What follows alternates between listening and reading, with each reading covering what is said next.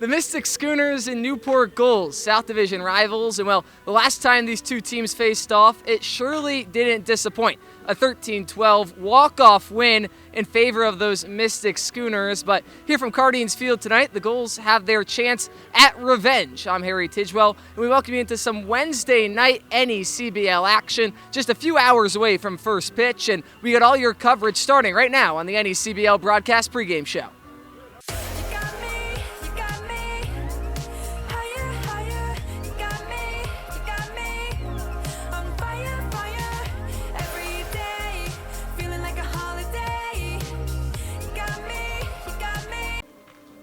Welcome back to the NECBL broadcast pregame show. We're with Monday's player of the game, Mickey McClaskey, who racked up 7 strikeouts out of relief for the Newport Gulls. And Mickey, a couple appearances already on the season. What's been working for you as of late? What's up, guys? I feel like, each appearance I just, try to pick up something new from each day and just try to apply it to the next time. And, we got so many people behind me, and, it's easy to throw well when everything's going good. So I just got everybody in my corner, and it's pretty easy. Yeah. Well, I mentioned your strikeout numbers, truly unbelievable, but the team as a whole ranks first in the NECBL in terms of total strikeouts. How has the pitching staff gone about putting away so many batters so early in the season? Yeah, we got so many good, awesome guys. It's just a fun time being a part of the staff, and I feel like, we're a pretty funny group, and, we horse around, but when we come to the ballpark, I feel like everybody just locks in, and everybody's coming to do what they came here to do. And Kevin's got, Kevin's good. He's a great coach, and he's just been working with all of us throughout these last couple weeks. And so we got so many good guys from all these different cool schools, and the talent's there. We gotta keep working. Well, tonight it'll be Will Taylor starting on the mound as Newport looks to make it 2 consecutive wins. First pitch at 6:35. Tune in on ESPN+. We are the heartbeat of innovation, the ones who care for your heart as if it were our own. We are challengers who never settle. We are healers who turn fear into hope and the impossible into done. We are at the heart of this community, providing advanced, nationally recognized medicine. We are South Coast Health, Heart and Vascular. My name is Veronica Borelli, and welcome back to the NECBL broadcast pregame show. Today I'm here with John Mass, who's just coming off of his sophomore season at Boston College. John, you've recently announced that you're entering the transfer portal. What has that process been like for you so far? It's been a little stressful just being on the phone all day and just kind of taking phone calls, but it's been good. Looking for the right fit. It all works out in the end. It all works out in the end. We're going to get a good school. We're going to be patient, find a good place for Johnny to go pitch next year and kick some ass, okay? Yeah. What he said. But yeah, just looking for the right fit. Kind of opening my options a little bit and just kind of taking my time, not rushing, just making sure I make the right decision this go around. So you've been on the leaderboard. You've had the top pitch spin rate for the NECBL for 2 weeks in a row. What has that accomplishment meant to you, especially so early in the season? Yeah, it's pretty cool. The seams are a little higher in the NECBL than the college baseball, so you're able to spin it a little bit more. But yeah, I'm not really thinking too much about it, just kind of doing my thing, and yeah, everything's gonna work out for itself. So, but yeah, it's pretty cool being the leader for 2 weeks in a row. It's pretty cool. So you're from Newport originally. What is it like being able to play at Cardines, like growing up, coming to games, watching it, and now you're on the field? What's that been like for you? Yeah, pretty cool. Just living at home, just being back, it's awesome. I grew up going to the games, going to the Gulls camps. It's pretty cool. It's kind of like a full circle moment, and it's a great opportunity to, especially being in the transfer portal. This is a great spot to play summer ball. I always wanted to be here, so it's awesome. Just love it. Thank you so much for being with us, and be sure to tune in for more. Whoa! Who knew I would make it this far? They hated, they never believed me. Yeah, I would never drop the ball. I know I make it look easy. Yeah, Mayweather with the defense. The moment I gotta keep going, I'm shaking the dice and I'm kicking and rolling. They already know. Welcome back to the NECBL pregame show. I'm Matt Bettis alongside the Director of Entertainment, Scott Cooper, for Gulls Insider. Thanks for joining me, Scott. Scott, you've been with the Gulls for a few years now. What keeps you coming back how great is the community and the fans here that want you to be in charge of the entertainment here? Yeah, so Matt, I've been here. I lived in Middletown my whole life. Being an island kid, and growing up, just watching these games, I've always loved just the atmosphere. I've known Chris Patsos, Chuck Pava for all my life. Growing up, Chris was my coach, Chuck was my coach in high school, and now I have the awesome opportunity to work for the Gulls. I've been doing since 2023 when we won one of our fantastic banners, and then again in 2024. And I've been assistant director for the last 3 years, starting in 2023, and now I'm now main man. 2026 of director of entertainment. It's the same job I've been doing for the last 3 years. Loved it, and I love being here. So just a nice summer baseball. Can't ask for more. And no matter what the outcome of the game is, wins or losses, you always try to find the fun and you show the passion, in all the in-game activities. Why do you do that? What's the purpose when you do all those? It's just fan enjoyment and crowd entertainment, kind of how we've looked at baseball the last couple of years and how modern day rules are catching up. You always want to keep the crowd engaged, whether it's doing the wave, doing intern dances, like the Savannah Bananas I've been doing, and even we credit the Bananas with a lot of things, what they've done with Hey Baby and doing all these dances, all these trials, these TikTok dances. And, with my side of entertainment, we pull from there and we go see what works, what doesn't. And over the years, we've had those games where it's like donut eating contest by Maz. We've had the Chris Electric base race, and staples of our organization for years. And they've just worked so well, and it keeps going, keep grinding. And we've had even game one, we had someone finish this giant, probably donut. And personally, it'd take me a little while to eat it, and I'm I get sick. But this individual crushed it. I was dumbfounded. Man, I was dumbfounded. To step away from Cardines for a bit, you played baseball yourself this past year at Elms College. What was that experience like for you? What will you take away from that going into next year and your future?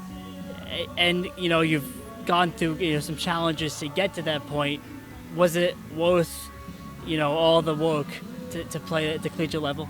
Yeah, I would say my first year at Elms was awesome. Really enjoyed coming back and playing college baseball. I, of course, have the awesome opportunity to know the Valley Blue Sox coach of John Rayola, who is also mine at Elms. And it's always kind of a going back and forth joke with him throughout when we're going through our season. I was like, I'll see you in Newport. I better see you come up to school and watch at the MAC. I'm like, maybe. But, it's always going back and forth with Coach Rayola. He's been a very good teacher for me throughout this year.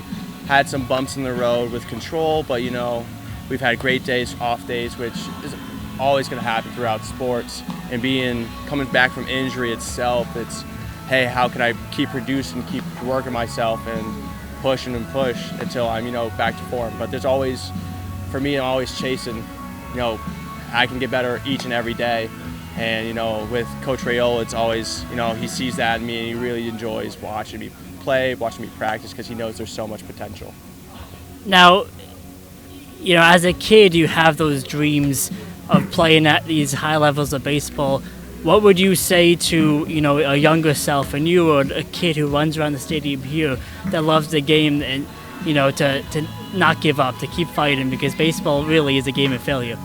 Yeah, I've failed so many times, whether it's been certain plays or certain pitches executed, and how I've always approached myself. There's a good quote by Matthew McConaughey when he won his Oscars. You're always chasing 10 years ahead of you. So when, say, I was 5 years old, I want to be the best self I can be at 15. And now for me as a college athlete, I'm looking back on when I had high school days. I'm like, I want to be better than my high school days. And yeah, of course I'll have down days and up days, but there's always someone that's watching and looking for, hey, how I'm going to be as a player, as a person. And that's how you sometimes get recognized, is how is your character off the field. A lot of times coaches are looking for leaders, and yeah, sometimes you struggle at the plate, sometimes you struggle in the field. But know when you go out with a positive attitude and you keep working, keep doing what you want to do, there's going to be times an opportunity will present itself, and you just got to take that opportunity and ride with it. That's what happened with me at Elms. Chuck and I Pava and I should say, we were talking a lot about schools in the area, and he suggested Elms College originally with Coach Raiola, and I had that privilege of meeting Coach Raiola in August, a couple weeks before school, and he saw the character I had, and he knew what kind of work ethic I had, and it worked so well where we were able to go back and forth. So my message would be saying is always have a strong work ethic, always put yourself to when you can, and just have a great attitude, because knowing next day is always going to be your best day. Yeah, staying strong, having fun is the key to the game. Last question. We have all those in-game activities. Do you have a favorite one that we do here? I mean, I'm biased. I love Ma's Donuts. Ma's Donuts Donating Contest has got to be my favorite. I mean, they have always had their Smoothie Tuesdays. Even just getting a nice box of like a coffee roll or a dozen donuts, always before the game, always hits the spot. Scott Cooper, Director of Entertainment here at Cardines. We'll be right back for the NECBL pregame show. Wrapping up on the NECBL broadcast pregame show alongside manager Mike Coombs. Coach, yesterday a 5-1 win, and the pitching was truly phenomenal against North Adams Steeplecats. It's been relatively strong all season long. What do you credit that success to? Coach Long, working with them. We got some more arms in. In fact, we were just down there looking at the 2 Mississippi State boys that just got in. So we're starting to get loaded up a little bit here. And if you got good pitching always beats good hitting. So let the games begin. Well, you guys grabbed the win yesterday, as already noted, and you look to make it 2 straight here today as a whole. How do you look to keep riding the W's as you move later into the week? Well, you got to do the right things. You got to field the ball. You got to throw the ball. You got to hit the ball. You got to pitch the ball. You got to do, and not only all that, all the mental part of the game, making a right decision on which base to throw to, or taking that extra base, or it's just the little things that we got to do. And then if you do those little things, you should be able to get a W. Well, Newport aims to keep rolling here tonight. They play host to the Mystic Schooners. That does it for any CBL broadcast pregame show. We're going to try and keep it rolling. Mike Coombs, thank you for joining. Any last words for the fans? Yeah, if we lose, you're fired. Oh, well, hopefully Newport can pull it out tonight. That does it from Cardines Field. Make sure to tune in at 6:35 for first pitch. Thank you, Don, and good evening, Gulls fans, and welcome to historic Cardines Field for Sakuchi Honda Night, featuring tonight's matchup with the Mystic Schooners and your Newport Gulls.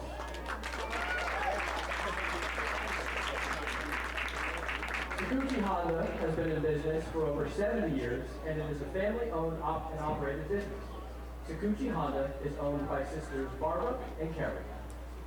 Sakuchi Honda is located in Middletown and offers each customer the best car and buying experience they have to offer. We all understand that buying a new vehicle for any reason is a big investment, but as a Rhode Island Honda dealer, we are all here to make your new and pre-owned or used vehicle purchase smooth, easy, and enjoyable. Sakuchi Honda is so excited to once again be a part of Strike for an SUV night here at historic Cardines Field with the Newport Gulls. Sakuchi Honda is a deeply rooted family business on Aquidneck Island, and the vehicle that every fan in the stadium has a chance to win today is a 2026 Honda HR-V. Look at left field. To inquire about how to join tonight's contest, please visit our picnic area located behind the concession stand to sign up for your chance to win the Honda HR-V. On behalf of the Newport Gulls organization, we would like to personally thank Sakuchi Honda for sponsoring tonight's game, and remember, when going to their location, strike for an SUV. On a more personal level, Gulls fans, the Newport Gulls and Sakuchi Honda would like to dedicate Sakuchi Honda Night to Catherine Katie Grauble. A Newport legend, Katie Grauble, born in 1926, was a loving part of both the Sakuchi and Caruso families. Attending Rogers High School, Kate shined as an athlete, specifically in softball, tennis, basketball, and other sports. Kate Grauble was known as the first bat girl of Cardines Field, becoming known as a frequent flyer at many games. She even had a game of catch once, which right here on the court of the field. In 1949, Kate won the Outstanding Newport Female Athlete Award and received hundreds of medals in the Rhode Island Senior Olympics. She is also a George Donnelly Sunset League Hall of Famer. Tonight, Gulls fans, we remember Kate's impact on the Aquidneck Island community, and she is an inspiration to young athletes everywhere. Thank you.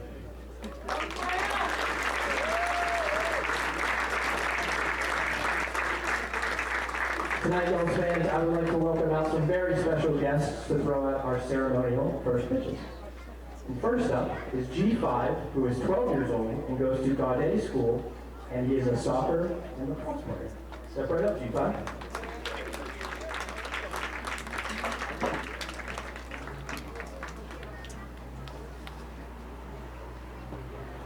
Hi.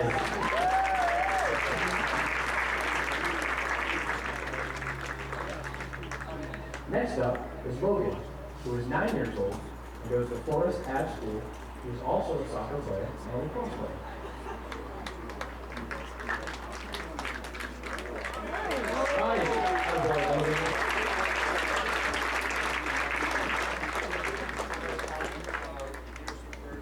Next up is Becca, who is 6 years old and goes to Forest Ave School and is, you guessed it, also a soccer player and a lacrosse player.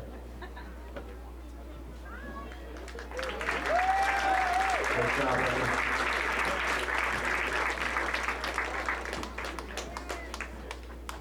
Next up is Ashley, who is 10 years old, goes to Portsmouth Hathaway School, and does karate.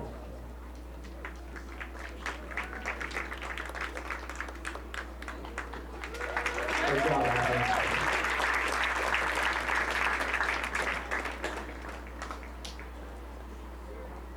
Next up is Samara, who is 8 years old, who is in second grade at Forest Ave, and is a baseball player.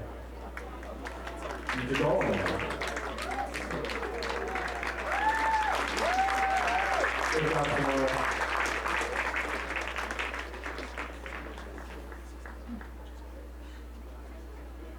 Next up is Raylan, who is 9 years old, who is also an all-star for softball from Tiverton.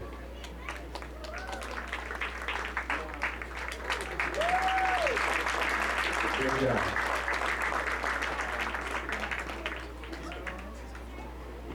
Next, Gulls fans, we would like to welcome back three very special guests who are a part of the 2025 Newport Gulls team.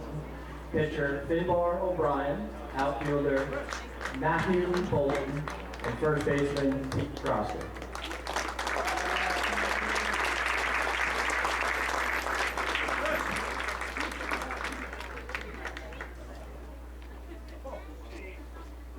Good job, Pete.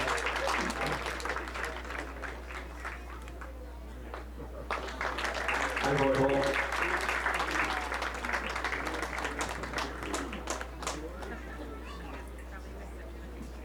Thank you again to Sakuchi Honda. Ladies and gentlemen, at this time, I'd ask you to please rise at the table and remove your caps for the presentation of our nation's colors.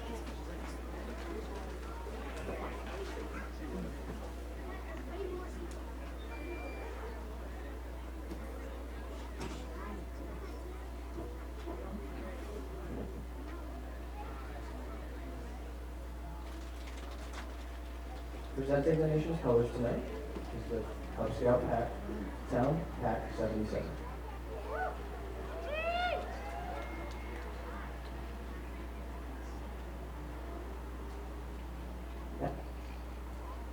And tonight's national anthem is Karen Reed. Oh, say, can you see by the dawn's early light what so proudly we hailed at the twilight as gleaming, whose broad stripes and bright stars through the perilous light. For the ramparts we watched were so gallantly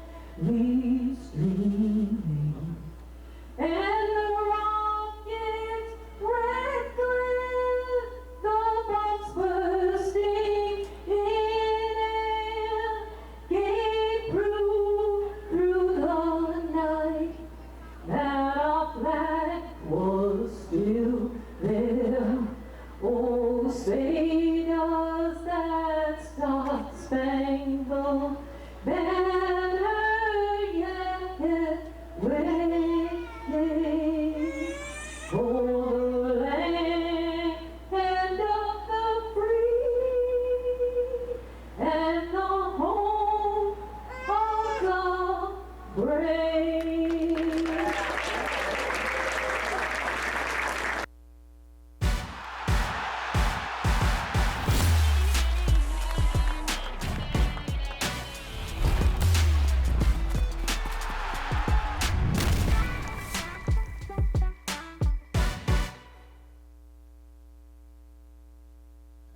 The Mystic Schooners and Newport Gulls, South Division rivals, and well, the last time these two teams faced off this season, it surely didn't disappoint. A 13-12 classic, an early contender for the NECBL Game of the Year, and tonight if we can live up to half as good of a game as that was, well, we're in for a treat. It's the South Division rival Newport Gulls and Mystic Schooners live on ESPN Plus right after this.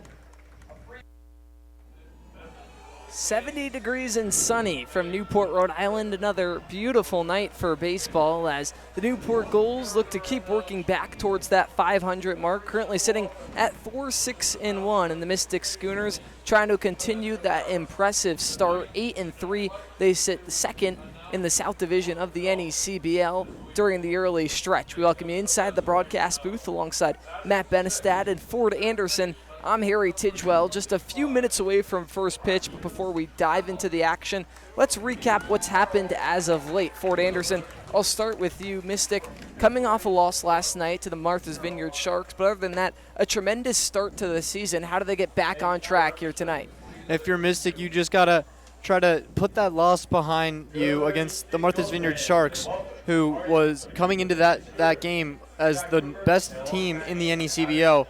Mystic only walked 6 batters of the Sharks, but were just unable to come. Their offense was unable to score runs when it mattered the most.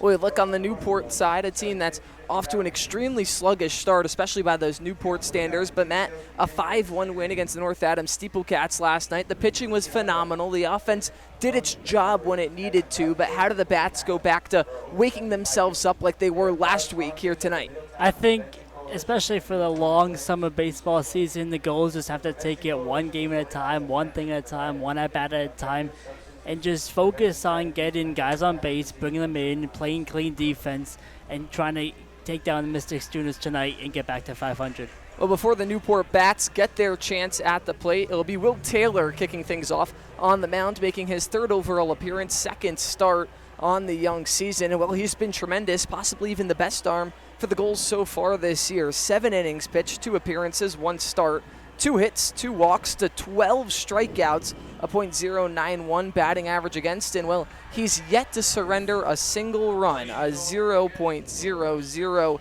ERA. We'll take you across the defensive alignments across the outfield grass. And left, it's Ryan Novak. Mason Legenza gets the start in center. Peter Mershon making his Cardines Field debut here tonight. He had a big game yesterday out in North Adams. Braxton Trammell mans the hot corner. Gus Gandy and Caden Cloud playing up the middle. The first pitch home is a cold strike on the outer third. Cole Johnson, the big man over at the first base bag. Maddox Haley gets the DH today, and Adam Broski behind the dish. The battery made of Will Taylor. And for the batting order for the Mystic Schooners, I hand it over to Ford Anderson. And it's the leadoff man, Scott Penny, the shortstop. Third baseman, Bryce Detweiler's hitting second. Cam Riggy playing left, hitting third. Jamie Z, the second baseman, hitting fourth. Devin Russell, the catcher, hitting fifth. Thomas O'Connell, the designated hitter, hitting sixth. Anthony Belisario playing center field in seventh. Cold strike two. Justin Best playing right field, hitting eighth. And rounding out the lineup, the first baseman, Christian Butera. Well, you look at Penny so far this season. A fairly impressive start, batting .333 with a .556 on base percentage, getting on over half the time. Taylor just misses outside as the count draws even. 2 balls, 2 strikes. And Penny was hitting ninth yesterday against the Sharks. He went 1 for 3 with a triple and also had a walk. So Phil Orby moving him to the leadoff spot after a great game against the Sharks. The 2-2, swing and miss, strike 3. Taylor blows the high heat by him and picks up his 13th strikeout on the season for the first out here tonight. And with a lefty-lefty matchup, it's tough to beat Taylor on the mound, too. A tall left-hander. The fastball coming up and in on you. Tough pitch to hit.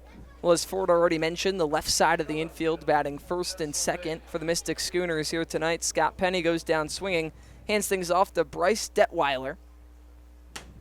First pitch in at the letters for strike one. And that's what's made Will Taylor so great this season. He's worked ahead in counts continuously, and that just lets him have so much more control out of Trinity University down in Texas. The 0-1 in the dirt, 1 ball, 1 strike. Detweiler so far this season batting .282, a .359 slugging, a .378 on base. Detweiler went 2 for 4 last night against the Sharks. One of 3 players on the Schooners to have double-digit hits already. 11 hits in the 11 total games for Mystic. 2 balls, 1 strike. Taylor trying to even things up. Kicks and deals, swing and a miss. Swing and a foul tip, I should say, right back into the mitt for strike 2. And now Will Taylor just 1 pitch away from back-to-back Ks to kick things off here in Newport. The streak of just beautiful nights for baseball continues. The 2-2 fouled back into the netting. And well, if you're wondering what that netting is keeping us here safe in the booth, it's Stadionic, the official netting and facility partner of the New England League. Stadionic's netting, wall padding, and facility solutions have been featured at Major League Baseball venues, including Citi Field, home of the New York Mets, Truist Park, home of the Atlanta Braves. The 2-2 from Taylor. Swing and a miss, strike 3.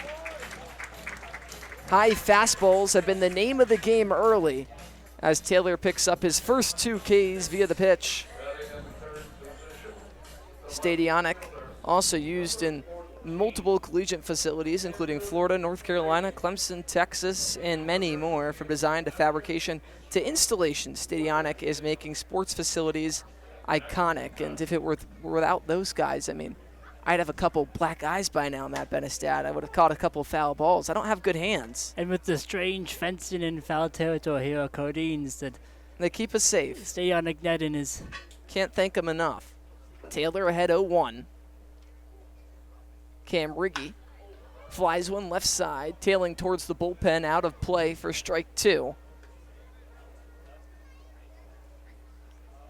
They're close to hitting the Honda out there by the bullpen. Yes, we were going to get more into that later for sure, but a car giveaway today at the ballpark. Does it get more exciting than this? This might be the only time where I say the giveaway is a little bit more exciting than the game. The 0-2 in the dirt as Riggy watches ball 1. Will Taylor entered this game with 12 strikeouts to just 2 walks. Well, he's already picked up 2 strikeouts here today against the first 2 batters, trying to go 1-2-3 in the top of the first. The Newport pitching gave up just 1 run yesterday, racked up 13 strikeouts. Can Taylor keep it rolling? That pitch misses. Low and away, 2 balls, 2 strikes, 2 outs. That's a good take from the left fielder Riggy to lay off that borderline pitch.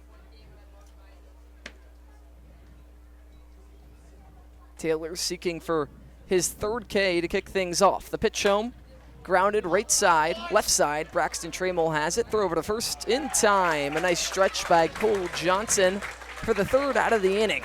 Will Taylor off to a hot start. Can Newport find him some early run support? Find out next on ESPN Plus right after this.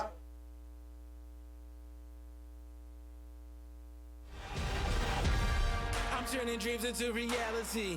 In the lab with the formula and chemistry. The memories spark and motivate and make the industry shake. We put the bars in the brakes. I'm talking one chance at best, yes. Painting pictures for the culture, keep the brushes fresh. Flip the cover, work the drummer, passion never rests. Freedom is our teacher under pressure, now we blessed. Yeah, it's one all, one shot, now the future is yours. Go! Stadionic's primary goal is to maximize fan safety and amplify the fan experience so that you or your client get exactly what you envision. Welcome into beautiful Chapel Hill, North Carolina. It's downright gorgeous.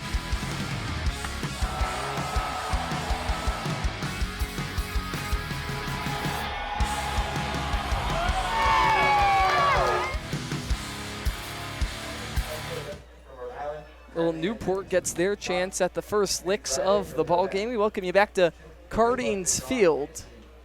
Ashton Arroyo will be the man on the mound out of Georgetown. You look at his stats early in the season. Well, he's made 3 appearances, but this is his first start. So, Ford, what can we expect out of the tall right-hander?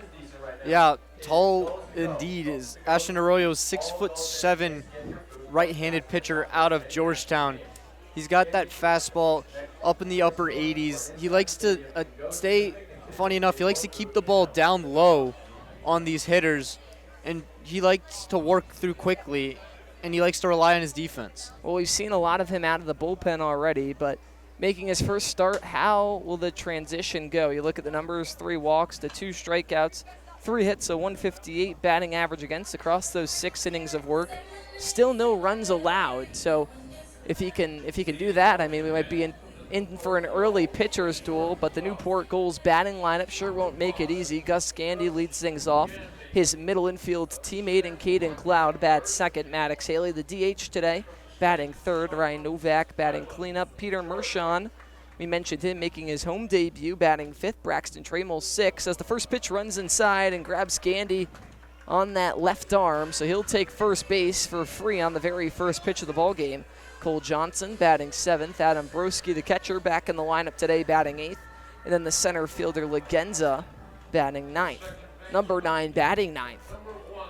The defensive alignments, you got Cam Ricky out and left, Belisario playing up the middle and center, Justin Best over and right.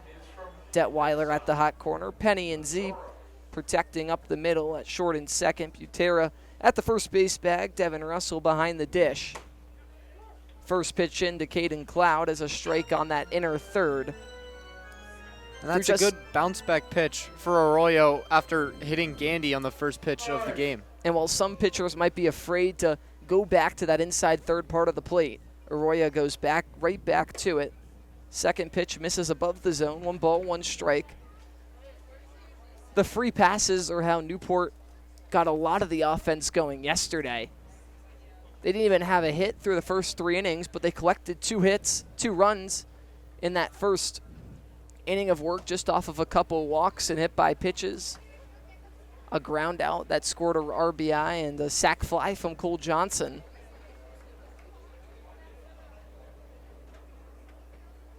Help gave him an early lead. Newport early leads have been necessary so far this season, yet to win while trailing. In a cold, strike 3 on Caden Cloud. A breaking ball catching the knees, and a nice response from Arroyo after hitting Gus Gandy on the first pitch. Picks up his first out of the ball game with the strikeout looking. Yeah, the Gulls need to put some pressure on Arroyo. He's not used to being that starting spot for the rotation, so first few innings, the Gulls really need to get guys on and make him throw tight pitches and then come through, get the guys to score. Maddox Haley batting .290 this season. This past week was named the National College Baseball Writers Association designated hitter first team for the entire country, and his numbers at Gonzaga this past season were just so impressive. A strong start to his NECBL season as well, as that one catches the knees for strike 1. 1 ball, 1 strike, 1 out. Gus Gandy leads off first. We've seen a little bit more aggressiveness from the Gulls on the base paths as of late. Gandy 2 for 4 on the season. Do we see any movement early on here tonight? A breaking ball fools Haley as he swings right through it for strike 2. Arroyo settling in quickly. Yeah, that was a great pitch from the right-hander out of Georgetown. 1 ball, 2 strikes. Arroyo set at the belt, kicks and deals. Grounded up the middle, double play ball. Penny has it, flipped to second for 1, over to first. Double play.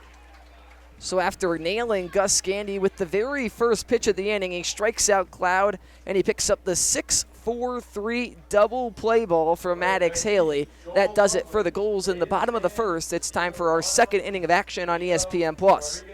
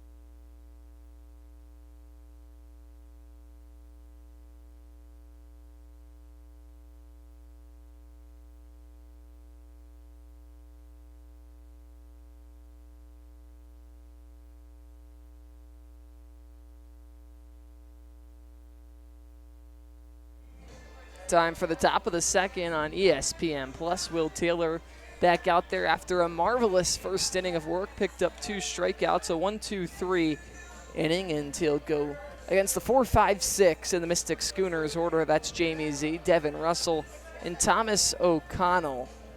Jamie Z came up with a big hit towards the end of that thrilling 13-12 game between the Schooners and Gulls just less than a week ago, last Thursday to be exact. And he just has such a clean, pure swing that can generate a lot of power when he's able to barrel one up. Yeah, a lot of power indeed. He did hit a home run back at the Shark Tank on Martha's Vineyard. And he's hitting 175 throughout 40 at-bats so far this summer. A little bit of a slump, but last night got out of it with a big single. And he hit the ball hard. He had one for 3 last night, had a line out, but also a single. Hoping that last night's performance can help jolt the offense just a little bit, batting 175 on the young season. Fouls that one off his foot for strike 1. Taking a big swing on that low fastball in Z.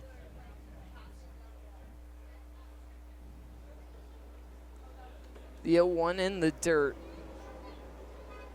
And I think if there's just one critique for Will Taylor through that first inning, it's those misses towards the bottom of the zone have just been a little bit too low. Not exactly competitive. He hasn't garnered a lot of chases on them just yet, but obviously it hasn't hurt him. He hasn't even allowed a base runner. We've just seen Broski have to drop to the knees a tad. Pitch misses up. They'll say Jamie Z held up. 2 balls, 1 strike.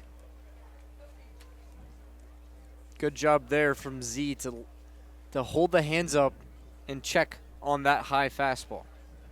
2-1, Taylor kicks and deals. Swing and a miss for strike 2. So the count draws even. And those strikeout numbers, not only for Taylor but for Newport, have been tremendous this year.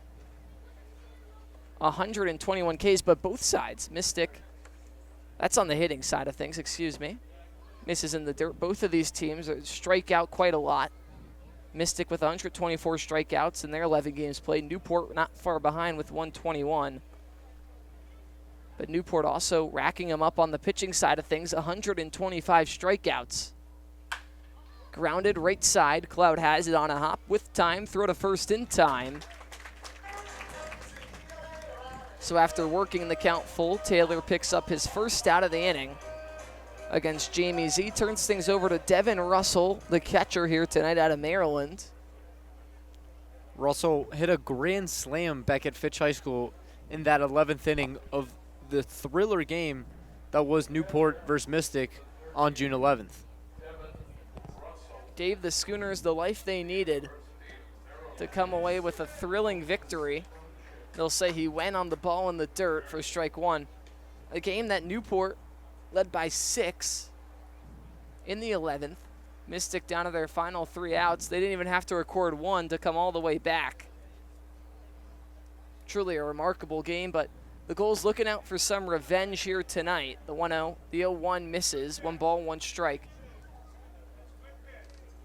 And you see the catcher Russell rocking the new City Connect jerseys for the Mystic Schooners. Yeah, I was going to say, we have white uniforms on white uniforms here tonight. Fly ball, right side. Guiding on over on it is Mershon, and underneath it to make the catch for the second out of the inning. 5 batters up, 5 batters down for Taylor so far here tonight. Russell just a little too far underneath it. Mershon, he was behind the plate yesterday, gave Adam Broski the off day, but the Michigan State Spartan back behind the dish, and the soon-to-be Coastal Carolinian and Peter Mershon out in right field. And it's nice that he could play both outfield and catcher, especially in a long summer. That versatility in summer ball can be very useful. I'm trying to keep guys loose, obviously. A lot more games and a lot less days compared to the college season. It's hard to go every day, and you just know Adam Broski was waiting on finally getting that off day, because not only is he playing, but he's catching bullpens. He's here, he's there, he's everywhere, getting his batting work in as well. The 0-2 misses in the dirt. 1 ball, 2 strikes, 2 outs. In the top of the second. There's another one of those misses by Taylor. Those up in the count, 1-2, 0-2, and Taylor just a little outside. Looking for his 3rd strikeout of the ball game. Foul left side into the netting. We'll do it again. That's a good fight from the designated hitter O'Connell to fight off that fastball on the outside third to find another 1-2. 1 ball, 2 strikes, 2 outs. Trying to get the Newport bats back up. Kicks and deals. Breaking ball, called, strike 3. Drops in right at the letters, and 1, 2, 3 go the Mystic Schooners for the 2nd inning in a row. Will Taylor off to one great start here in Newport. The Gulls aim to strike first after the break.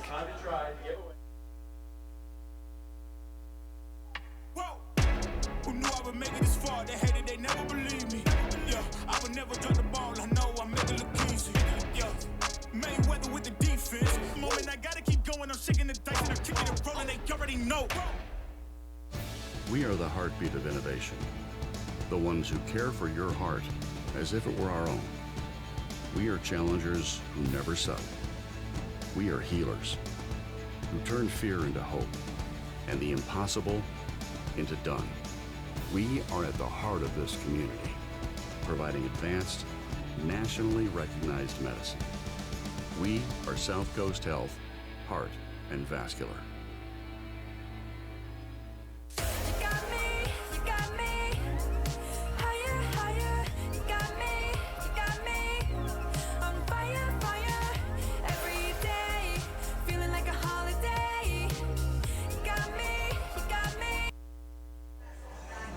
Gearing up for the home half of the second. Novak, Mershon, Trammell, the middle of the Newport Gulls order, due up. Still waiting for our first base runner of the ball game on either side. We just saw our first round of tosses for that free SUV, courtesy of Sakuchi Honda's tonight's sponsor. And well, Matt, I know you were here last year. Did we get anybody close to hitting the target? No one close. I mean, 120 feet, and the target's about 6 inches wide. I mean, that's not an easy throw for like a major leaguer. Yeah. Let alone just a fan here at Cardines. Well, hopefully we can get some exciting action here tonight. Ryan Novak, number 31, the returner from Miami of Ohio, batting 4th here tonight. Makes the return to the field as well. He DH'd on Monday, was out of the lineup completely yesterday.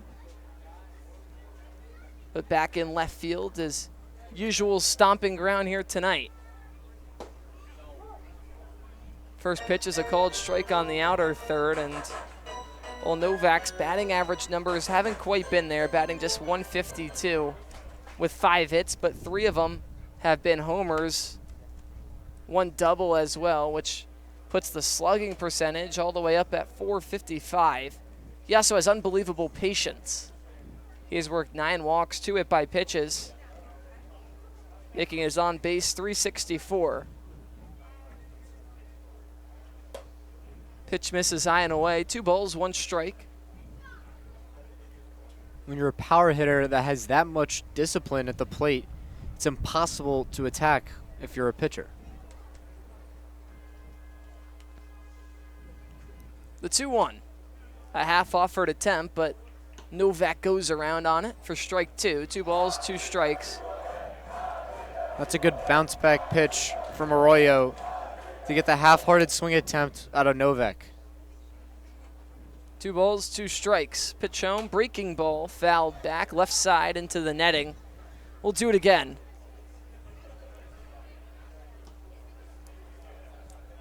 And Novak's someone who gets hot for a game but then kind of falls off and then gets hot again. So hopefully he can get hot right now today, gets Mystic, and get Newport back, keep it in the win column. 2 balls, 2 strikes. Swing and a miss, strike 3. And just what I was going to get into, it's a matter of just bringing down those strikeout numbers. Newport as we already talked about just a little bit, second in the league in terms of total strikeouts. Mystic ranking first for on the hitting side of things. I'm talking offensively, and well, Ryan Novak, that was just his 9th on the season. And if you can just trade some of those strikeouts for line drive singles across either up the middle or across the outfield grass, that would really make Ryan Novak one of the most unstoppable hitters in the entire league. Breaking ball in for strike 1 to Peter Mershon. Spent this past year at Mississippi State. Hit the transfer portal and set to play for Coastal Carolina next season. With a catcher and an outfielder stationed in right field here tonight. Breaking ball, misses low and away. Count draws even at 1s. You look at his performance yesterday in that 5-1 win. Mershon, 1 for 5. Picked up 2 RBIs as well. Swings through the 1-1. A fastball just above the zone for strike 2. Mershon took a healthy hack at that high fastball from Arroyo.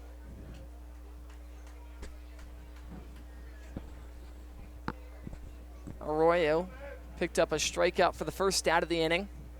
Can you go back to back? 1 ball, 2 strikes, 1 out to Peter Mershon. The pitch, called strike 3 right at the letters. Mershon doesn't like it, gives it a little head shake, but retreats back to the dugout nonetheless. Back-to-back strikeouts to begin the bottom of the second. Braxton Trammell, the third baseman, left-hander, switch hitter digging in.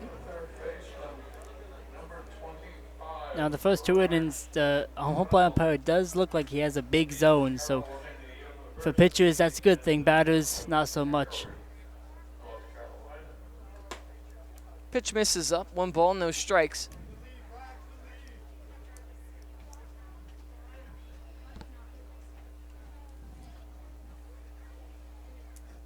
Trammell spent time at East Carolina University, pops one left side, heading foul and out of play for strike 1. 1 ball, 1 strike, 2 outs. Batting 136 so far this season. The offensive numbers not exactly where he wants them to be. But he's athletic. He can bat from both sides of the plate, and he's definitely someone that could be an offensive weapon. You look at those college numbers, especially back in 2025 with the Pirates, an instant impact freshman. Trying to knock just a little bit more of the rust off. 2 balls, 1 strike. Misses away, 3-1. Cole Johnson stands on deck.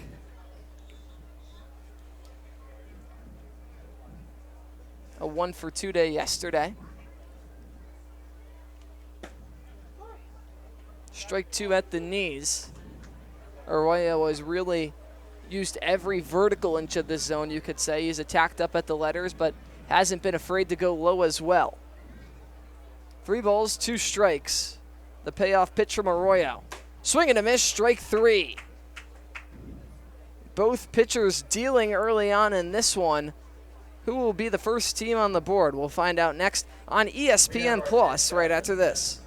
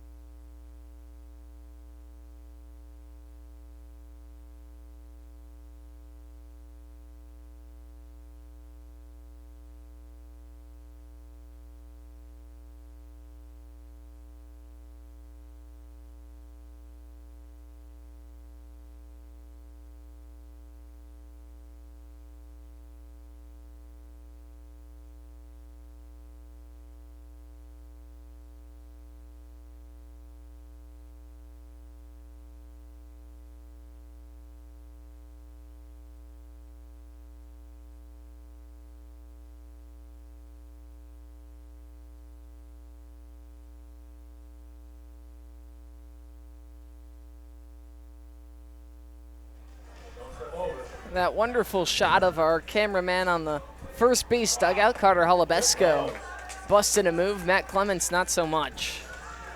No fun over over on that first base side. We can't thank you guys enough for all that you do, keeping track of all the action, making it easy for us.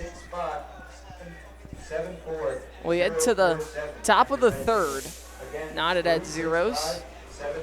Will Allen back out there for the goals.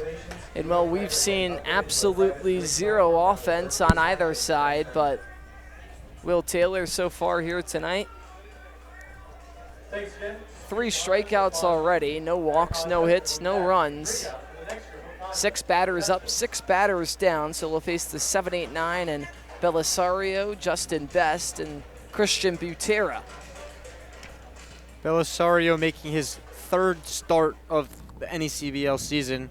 Last appeared against the Bristol Blues, where he went 0 for 3. Belisario most recently spending time at UConn, but jumping into the transfer portal, batting 143 this summer. This just his 3rd game played so far this year. First pitch catches the high and in corner for strike 1. Taylor starting off where he left last inning off with a first pitch strike. Definitely some early confidence. The 0-1. Called strike at the knees, and Taylor in full control quickly, showing no signs of slowing down, just 1 pitch away from his 4th strikeout.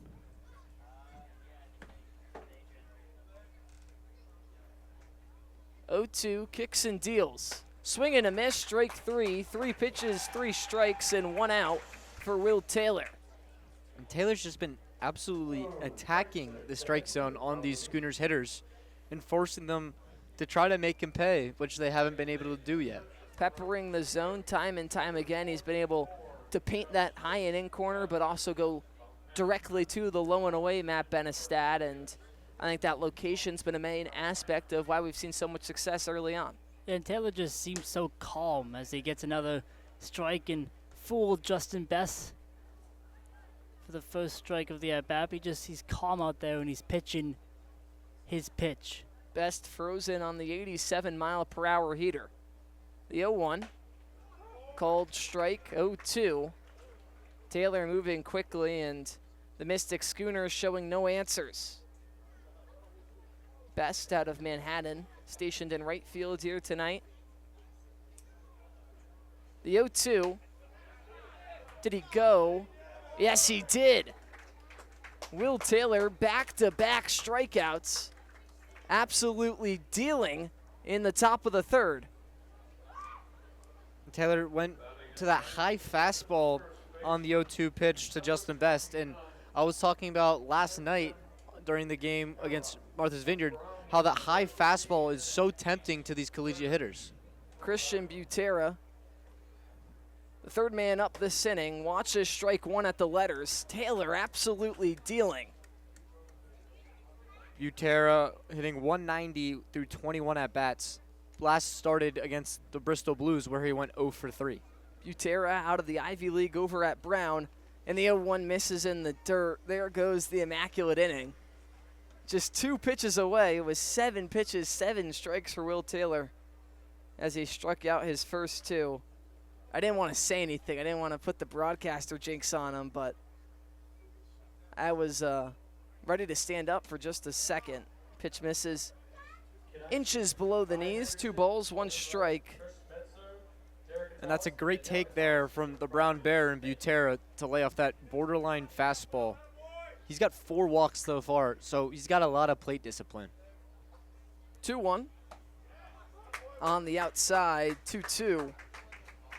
Butera maybe a little bit too much discipline as he laid off that fastball that clipped the outer 3rd. 2 balls, 2 strikes. Taylor aiming to strike out the side. The 2-2 misses low and away. Count draws full with 2 outs. Mystic still looking for the first base runner. Taylor trying to get out of the top of the 3rd. 3 balls, 2 strikes. Trying to collect his 6th strikeout victim. Inside ball 4. The first base runner of the ball game for the Mystic Schooners comes via the 3-2 walk to Christian Butera and turns things over back up to Scott Penny, the leadoff man. 0 for 1 today. Struck out his first time up. Doesn't play his college ball far away from here over at URI. Watches strike one on the inside corner. Buter's got a little bit of speed over at first. He's got one stolen base, so I'm curious to see if Orby will send him. Not easy off a lefty. Pitch misses away. 1 ball, 1 strike, 2 outs. It's a good take there from Penny to lay off that breaking ball that just barely missed that lower outside corner. A big league take, if you will. That one in the dirt. 2 balls, 1 strike. After sitting down his first 8 batters of the ball game, Butera works the walk, and Scott Penny ahead 2-1. Pitch home, popped foul, left side and out of play into the street. Even at 2s.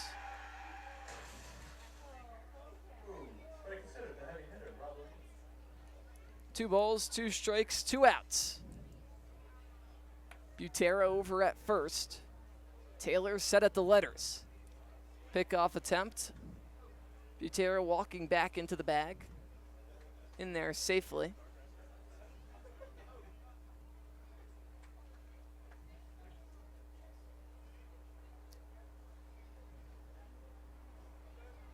Lefty on lefty. 2 balls, 2 strikes, 2 outs. Runner goes.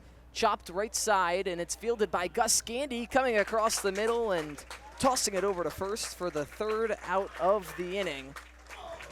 Taylor continuing to deal, just facing 10 batters so far in this one. Newport trying to be the first on the board after this.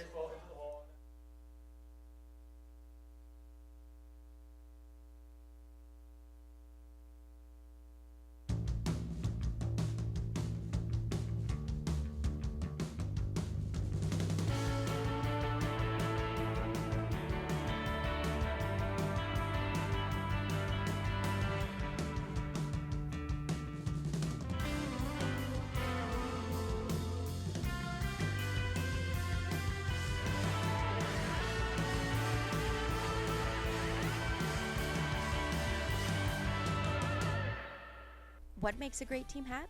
It starts with a Z. For decades, Zephyr has been making the most iconic headwear in the game, trusted by teams, colleges, and pros.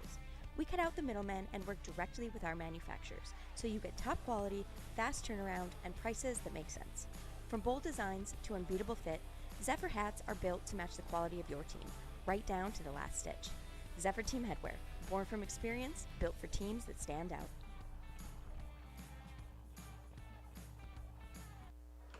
Field. I'm Veronica Borelli, and earlier during our pregame show, I was able to talk with John Mass, a pitcher who's coming off of his sophomore season at Boston College.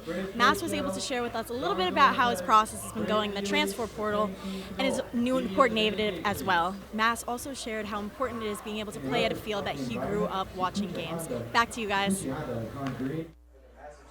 Thank you so much, Veronica, and we had to shout out Veronica Borelli's little sister, Samaya, who just had her 5th grade graduation tonight.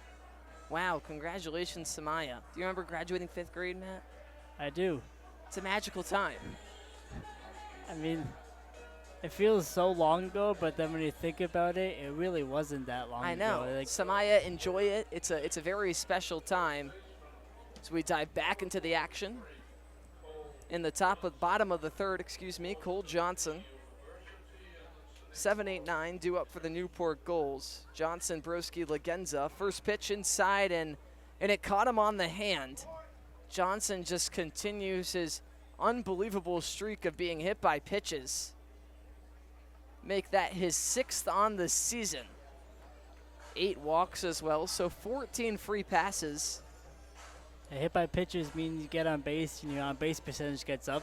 It hurts a little bit more than just having to watch 4 balls, that's for sure, but Cole Johnson, a .529 on base, 2nd on the Newport Gulls roster so far this season. First is Devin Zyrus, who's out of the lineup here tonight. Turns things over to Adam Broski. Had the off day against North Adams, but homered in Sanford on Saturday, waking up the bat just a little bit. See if he can maybe put some jolt into the home crowd here tonight. at Cardines. A busy night at the ballpark. The 1-0 home misses outside with the breaking ball. 2 balls, no strikes.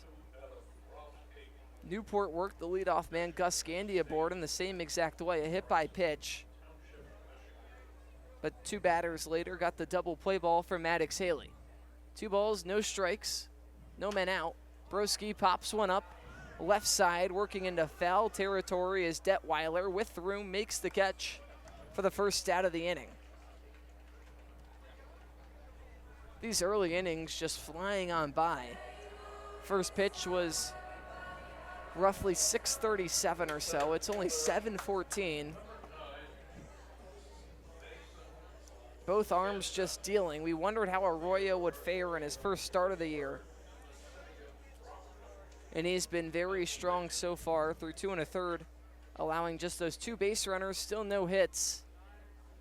Mason Lagenza, the 9-hitter, standing in, watches strike 1 in the bottom half of the zone. Arroyo just attacking that strike zone on these Gulls hitters. No balls, 1 strike. Misses up. 1 ball, 1 strike, 1 out. Cole Johnson, the man off first.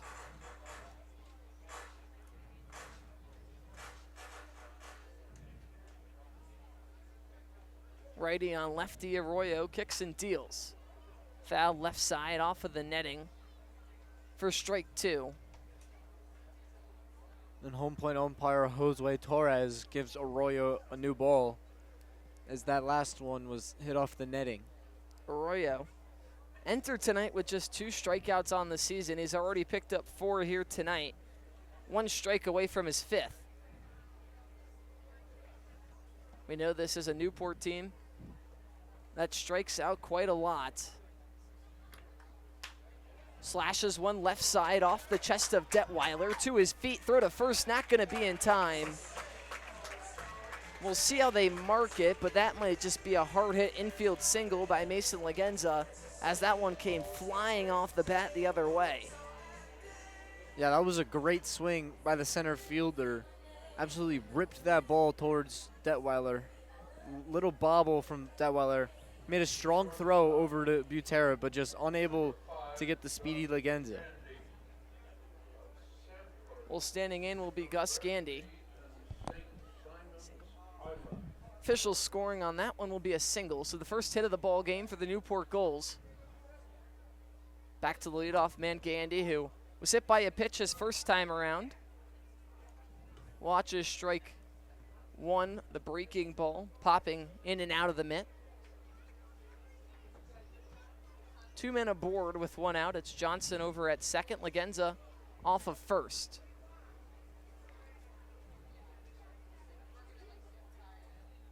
Peaks back at second, pitches home outside. A nice save from Russell to prevent that one from reaching the backstop. Gus Gandy so far this season batting .194, a .323 slugging, a .286 on base. But yesterday picked up a hit in that 5-1 win over the Steeple Cats. 1 for 4 altogether. The 1-1 from Arroyo. Line foul left side. Gandy getting a good piece of that one, but just a tick too early. Yeah, Gandy absolutely smoked that ball down the third baseline, excuse me, but just a little bit too out in front of that 86-mile-an-hour fastball. 1 ball, 2 strikes, 1 out. Arroyo 1 pitch away from his 5th strikeout of the early outing. Breaking ball, Gandy gets a piece of it, and we'll do it again. That's a beautiful pitch there from Arroyo. Gandy, an even better fight from Gandy to continue to stay alive. I think Gandy realized when he got the hands moving, that isn't really a pitch you can do all too much with, but still able to just flick the wrist at it, send it out of play, and another opportunity. Set at the belt. Arroyo kicks and deals. Swing and a miss, strike 3. Got him with the breaking ball. He goes right back to it for his 2nd out of the inning. Unbelievable pitch from Arroyo to get the swing and miss from Gandy. And the Schooners are just 1 out away from leaving the runners on first and second stranded. Well, Caden Cloud, so far with the Newport Gulls, he's played just 5 games, but he's impressed up to this point. This being his 6th start of the season, batting .353. He has a home run and 2 doubles to his name. First pitch misses outside, boosts the slugging up to a .647. First on the entire roster, a .455 on base. Excuse me. .455 on base. Caden Cloud, 3 RBIs already on the season.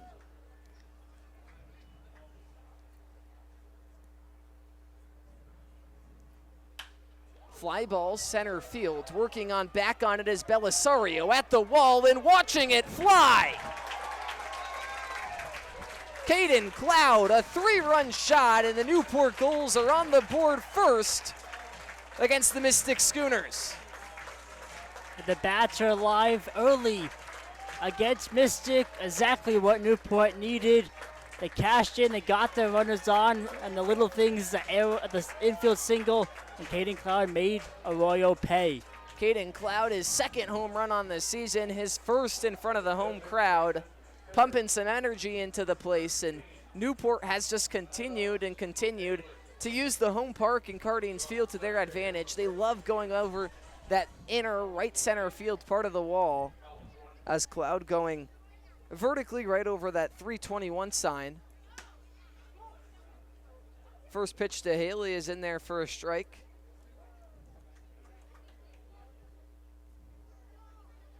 Caden Cloud gets the goals on the board, gives Newport the early lead. Another breaking ball gets Haley swinging for strike 2. I wonder if Arroyo will go triple up in the breaker after getting 2 swings from Haley. One of the best fastball hitters in the entire country, so I wouldn't be surprised. The 0-2, fly ball right side, working on over on it is Best, coming in and making the catch for out number 3, but Newport gets their damage done. A 3-run blast courtesy of Caden Cloud gives the Gulls the early lead as we head to the top of the 4th. Ford Anderson taking over on the play-by-play side of things after the break.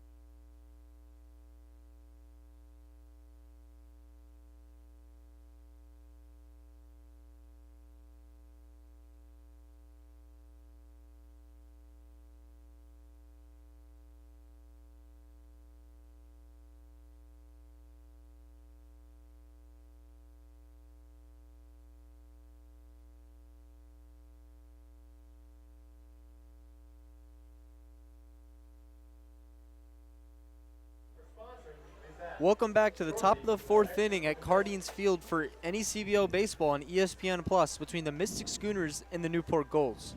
Will Taylor out for his 4th inning of work after getting into a little bit of trouble in the last inning with a 2-out walk, but able to stay scoreless, and he's still only given up 1 base runner throughout these 3 innings. Yeah, Taylor just continuing that super impressive start to the season, now up to 10 total innings pitched, still no runs allowed. Just 2 hits. You mentioned the 3 walks to 17 strikeouts. I was talking to pitching coach Kevin Long, and he said he looks for anything 3-to-1, 3 Ks to 1 strikeout, and he considers that to be a really good ratio. Well, if Taylor could pick up 1 more K, he'd be sitting at 6-to-1. The 3rd baseman, Bryce Detweiler, steps up. He struck out swinging back in the 1st inning.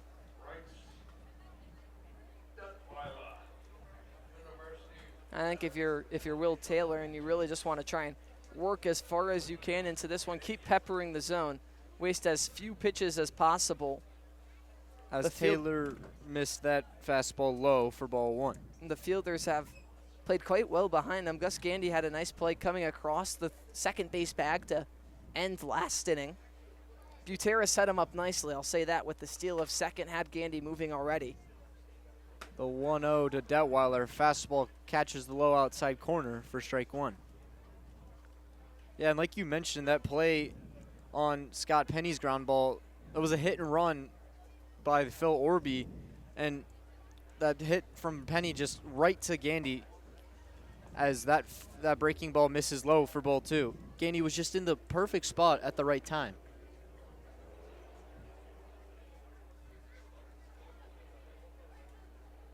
Taylor steps back on the mound, awaits his sign from Broski.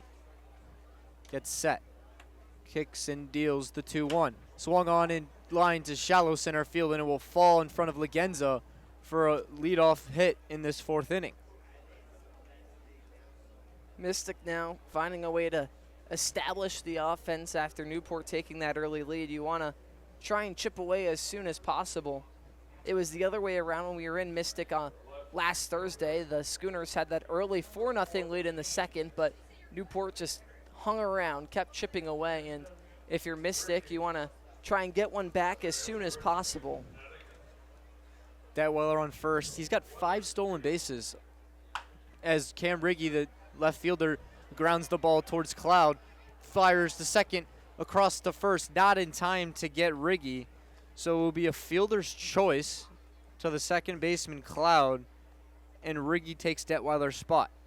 Yeah, Riggy didn't get a great chunk of it, so it was just a little too slow for Cloud to be able to turn two with the shortstop, Gus Gandy, but obviously when you can secure the one out, that's a win nonetheless. Yeah, if you're Taylor, you definitely just want to take the outs and keep guys out of scoring position and get out of the inning. As the second baseman, Jamie Z, steps up, he grounded it out to the second baseman back in the second. Taylor looks Riggy back and fires. That fastball catches the high inside corner for strike one.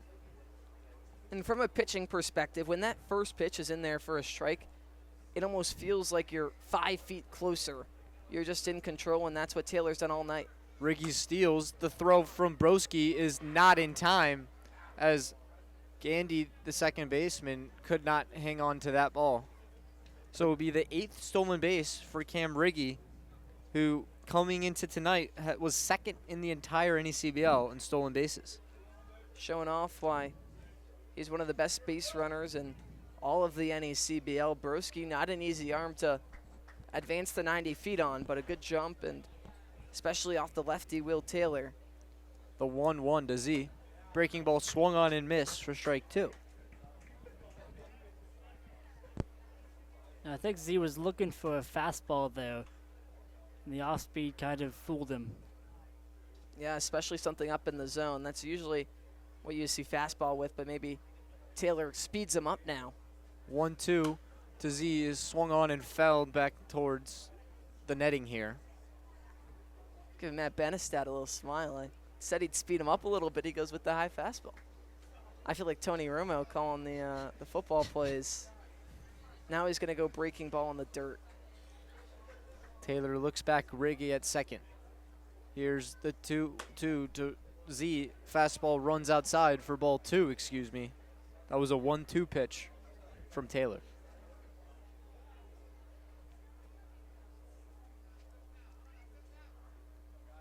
Taylor gets set, looks Riggy back at second. Here's the 2-2 to Z. Swung on and missed for strike three.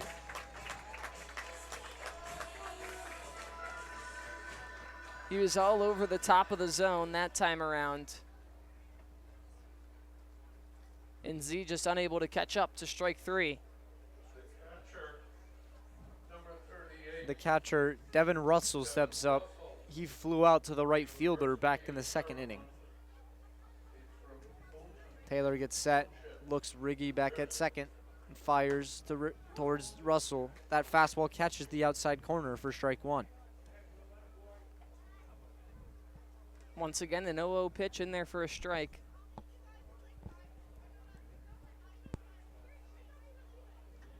Taylor gets set. Here's the 0-1 to Russell. Swung on and missed for strike two.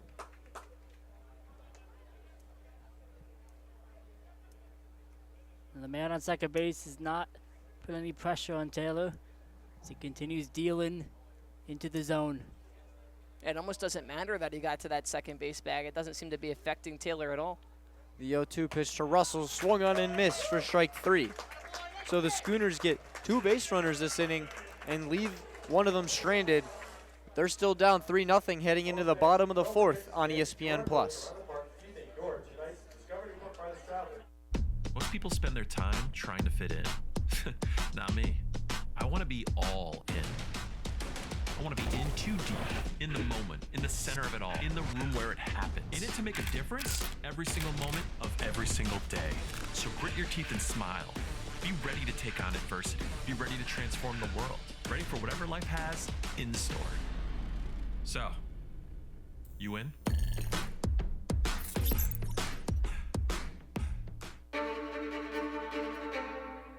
The motoring event of the year returns. The All Dream Newport Concours and Motor Week, October 1st through 4th. Witness breathtaking automobiles against a stunning backdrop of coastline and historic venues. From celebrated events like the Gathering and Concours d'Elegance to the all-new Supercar and Hypercar Concours, and free access to the Concours Village. There's something for all to enjoy. Join us in our Chair Jay Leno in celebrating automotive excellence, luxury, and community. Tickets on sale. Welcome back to the bottom of the 4th inning here at Cardines Field for NECBL Baseball on ESPN Plus between the Mystic Schooners and the Newport Gulls. Zephyr is the official on-field cap of the NECBL. Also known as the Z-Hats, Zephyr is the authentic college hat with over 800 colleges and channels that same energy and creativity into building custom hats for all types of pro sports teams, clothing brands, and companies everywhere. Make sure you pick up your Gulls official on-field cap today. Well, after giving up that three-run home run last inning, that'll be all from Ashton Arroyo.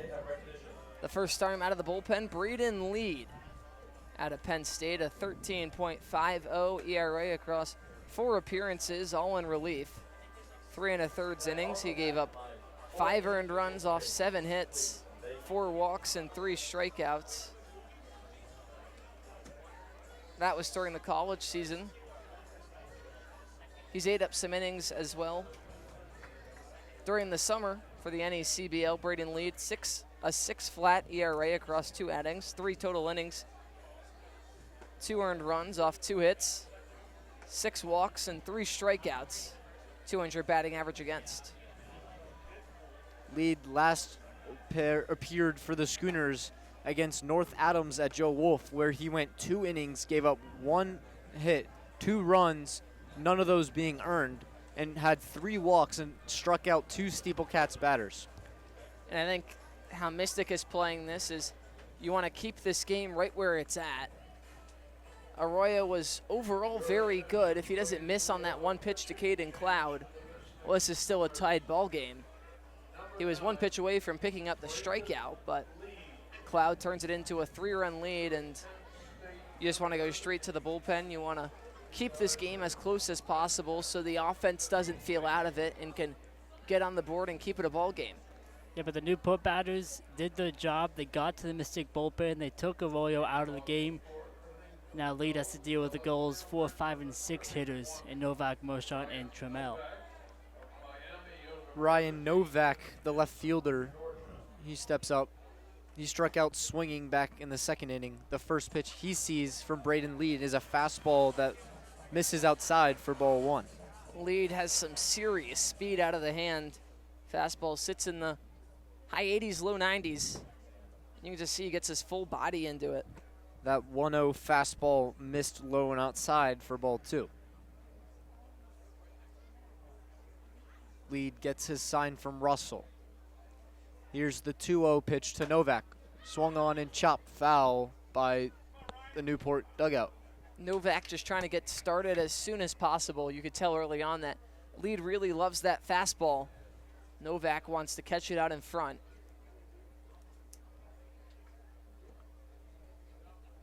Lead winds and deals the 2-1 to Novak. Swung on and lined into shallow center right field. That snuck under the glove of Jamie Z. And the Gulls have another leadoff base runner. That's the 3rd in 4 innings. Yeah, that pitch just slowed down a little bit, allowed Novak to be early on it and pull something into the right field grass. Didn't miss it. Newport going right back to pressuring offensively. You don't want to take your foot off the pedal. Yeah, breaking ball just in at 82 miles per hour. Novak sending it out there at 96. As the right fielder Peter Mershon steps up, he struck out swinging back in the second. The first pitch he sees is grounded towards Penny, over to Z at second, across to first, not in time to get Mershon. So he'll trade places with Novak, but the Schooners get a much needed first out of this fourth inning. The Gulls showing that they can hit lead hard early on. Mershon got a good piece of that one, but Penny able to backhand it in the hole. Nice cross-body throw over to Z at second. Not enough time for the double play, but helps settles in lead. As the third baseman, Braxton Trammell, steps up. He struck out swinging back in that second inning. He watches that fastball low for ball one. And the good thing for the Gulls is the first two batters this inning, they made contact and got the ball in the play. They didn't fall over and strike out. And so if the Gulls can keep us getting the ball in the plate, something will happen. As that 1-0 fastball missed well outside in towards the backstop for ball two. And Mershon over at first was able to advance 90 feet on that wild pitch. You can tell that lead has some serious heat behind it when the fastball off the backstop rolled halfway past the catcher towards the pitcher's mound. As the Gulls have another runner in scoring position, Trammell awaits the 2-0 from lead. That fastball runs high and away for ball three.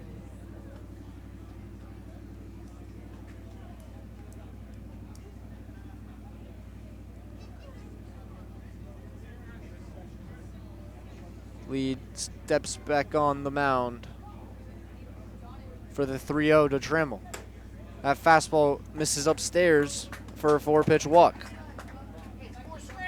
Excellent patience from Trammell, just making lead come to him, and he never even had to take the bat off of the shoulder. Passes the baton to a serious power hitting threat, and Cole Johnson hit his first time up. Like you mentioned about not picking up the bat, Johnson didn't have to move the bat in his last at-bat. First pitch he sees from lead is a fastball that catches the high inside corner for strike one. Another pitch that almost hit Johnson. So he got hit back in the third. Lead gets set.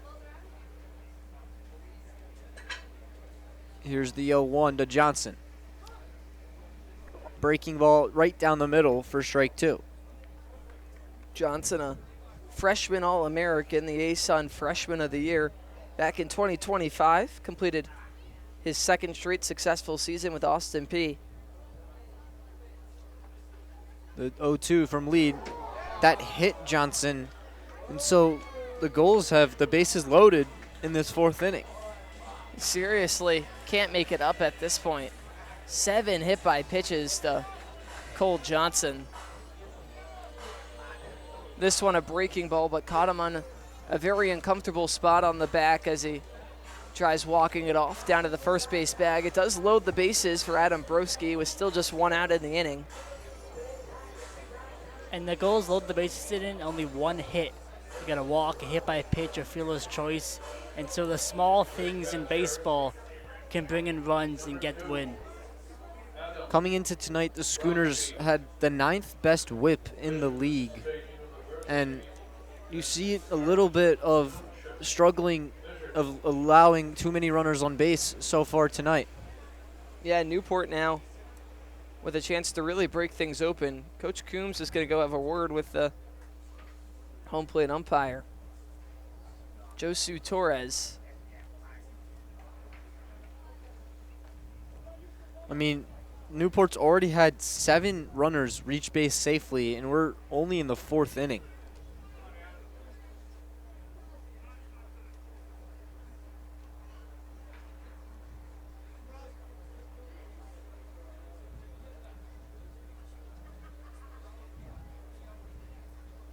This lead going from the windup to this catcher, Adam Broski. That fastball catches the low outside corner for strike one. Corners playing up for Mystic. Hoping to chop something down at the plate. Middle infield hoping for the double play ball. The 0-1 fastball misses outside for ball 1. Yeah, if you're Mystic, you really want to keep this lead at 3-0 Newport. Here's the 1-1 Dabrowski. Fastball line towards, and it gets past Z. Scoring from third is, excuse me, that's Peter Mershon. Yes, Peter Mershon, my bad. And so the goals go station to station, and they stayed loaded with only 1 out in this 4th inning. Yeah, Adam Broski just really simplifying things. That's exactly what you want to see if you're hitting coach Ted Regan. Shooting something the other way, hard on a line, gets past the outstretched glove of Jamie Z. Everybody moves up the 90 feet, and for the 2nd inning in a row, the Newport Gulls offense is on the board and continuing to pressure with just 1 out and a dangerous power hitter with Mason Leggens up to the plate. We've talked about that short porch on the right field side. Newport hasn't hit a home run over the right field wall just yet. We've seen some out of right center field, but for a dangerous pull hitter like Leggenza, a very nice opportunity. As head coach Phil Orby made the walkout to the mound, calm down Braden Lead, what would you say if you're head coach Orby to lead in this situation? I think, you have no other choice than to keep pounding the zone. Broski just got a really good piece of that one. Connecting on the fastball, shooting it into right at 94 miles per hour. But against a lefty like Leggenza, work the outer half. We know he's a guy that likes to pull the baseball a lot. Try and work ahead on maybe a strike looking. I know he's already behind, but Lead gets set for the 1-0 to Leggenza. Swung on and missed for strike 1. You got to keep the batters off balance. Hope that Leggenza puts something on the ground that the infielders can either shoot to the plate quickly or turn it for 2 if it's up the middle. Here's the 1-1 to Leggenza. Breaking ball runs low and away inside for ball 2.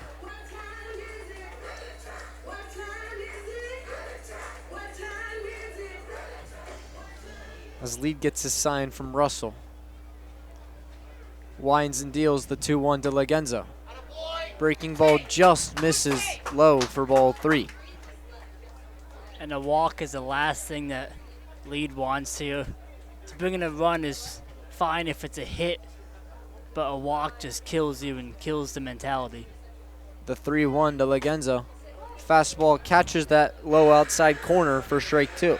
Back-to-back 50-50 calls. Leggenza got the first. Second one goes in favor of Lead. Not a bad 3-1 take, though. You want to keep it in a box, but with 3-2, expand a little bit more. Here's the payoff pitch to Leggenza. Swung on and fouled by the bullpen, the Schooners bullpen here at Cardines. And the dangers, if you're Braden Lead, a mainly fastball pitcher, is that the harder it comes in, the harder it comes out. And Newport has just been sitting fastball. That's been the pitch they've wanted to harp on. As Lead gets set, we will redo the payoff pitch again.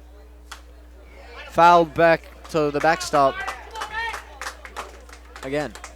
Leggenza just giving it a good fight. Waiting for something on the down the middle or inside part of the plate. He's fouled off back-to-back outside fastballs. If you're Lead, you don't really have a choice to try and fill him with a breaking ball in the dirt. A little too risky. Here's the payoff to Leggenza. Swung on and driven to center field. Moving towards his right is Belisario, and he will make the play. Coming home is Trammell. The throw from Belisario gets down the third base line. So the Gulls take a 5-0 lead in this 4th inning. Leggenza just getting the job done. A little too far underneath it, but fouled off back-to-back 2-strike pitches and works it deep enough into the outfield grass to score the speedy Trammell. Newport in full command after a 3-inning third, a 2-inning fourth. And with the way that Will Taylor and this pitching unit has looked as of late, you like your odds with a 5-run lead. As the lineup flips back over to the leadoff man, Gus Gandy. as he watches that breaking ball in the dirt for ball 1. Gandy 0 for 1. He was hit by a pitch to lead off the game and struck out swinging in the 3rd. Lead gets his sign from Russell. Here's the 1-0 to Gandy. Swung on and chopped into shallow center field, and it will fall for a hit.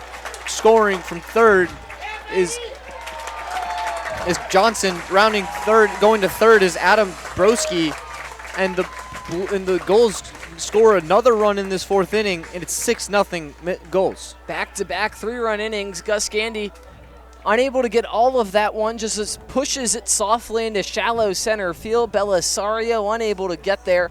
A smart move to try and nab the runner at 3rd, as maybe if they were able to apply the tag to Broski's, Johnson's run maybe might not have counted if he had not crossed the plate just yet, but the throw off line, and Newport continuing to pour it on.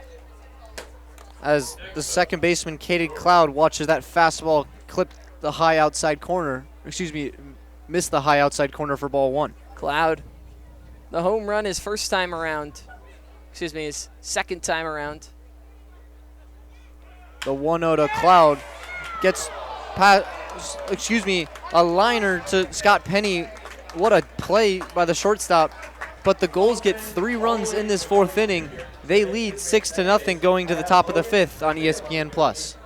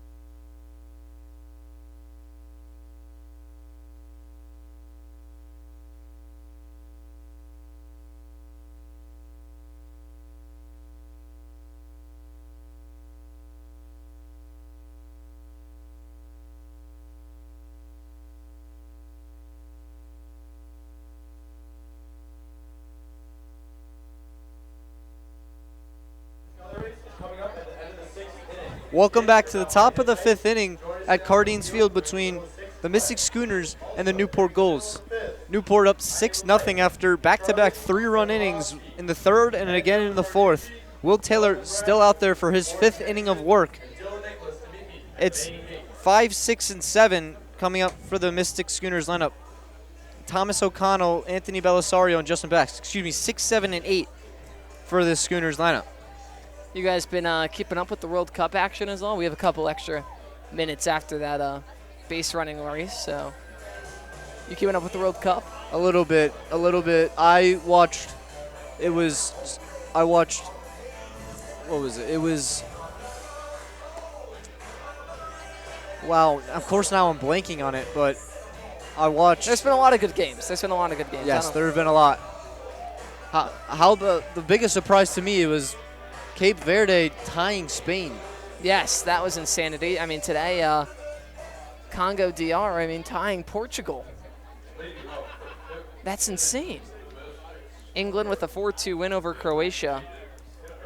A lot of questions around that England squad, who they were keeping, who they were cutting, but a very strong opening effort. Following the Scottish fans has always been fun to see. Some good chants out there in Boston Stadium. They can't call it Gillette. Ghana and Panama tied up as they approach halftime. As the designated hitter, Thomas O'Connell takes a healthy hack to fall behind 0-1 on the left-hander Taylor.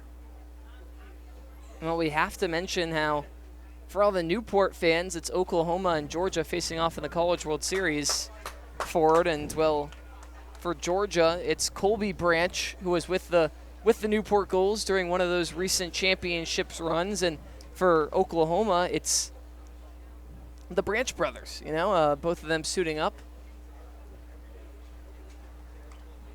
Second baseman and shortstop, two of the best defensive players in the entire league. As O'Connell fights off that 0-2 fastball to the backstop. I mean, you saw Kyle Branch play last season, Matt. I mean, I'm sure you can speak to how unbelievable he is. Yes, he's probably one of the greatest defenders that I've seen in the infield. I mean, I remember it was an extra inning game against Danbury last summer, and he made a tumble-in play to stop the ball and got up and got the runner at first. And so just a gritty guy, gets on base, double machine. As that 1-2 breaking ball catches the outer middle third to get O'Connell looking.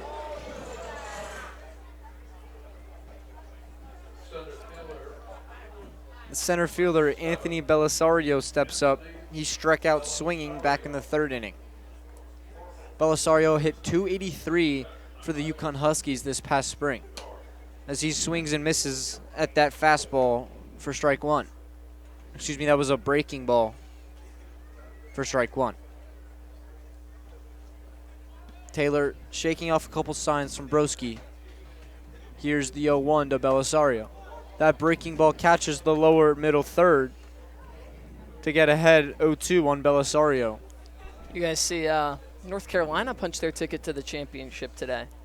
Yeah, took down the favored West Virginia. A lot of fans like the Take Me Home Country Roads. I think Troy and West Virginia were the two fan favorites in the tournament for sure. Troy had the great underdog story, and West Virginia, the 16th ranked national team in the entire country, is definitely not underdogs to say, but a team that just has such great culture around it and such a fan following. Georgia needs to beat Oklahoma twice, which is quite the challenge, but it's still awesome to see North Carolina, though. I mean, that team still one of those underdogs, if you say, not like a big SEC type school. I'll say I don't count Georgia out because the way that they've saved arms, even having to play an extra game compared to Oklahoma so far to this point, and they had the guy go the full 9 innings night one, just used 2 pitchers in game 2. As Belisario watches that fastball just miss the high outside corner as the count runs full.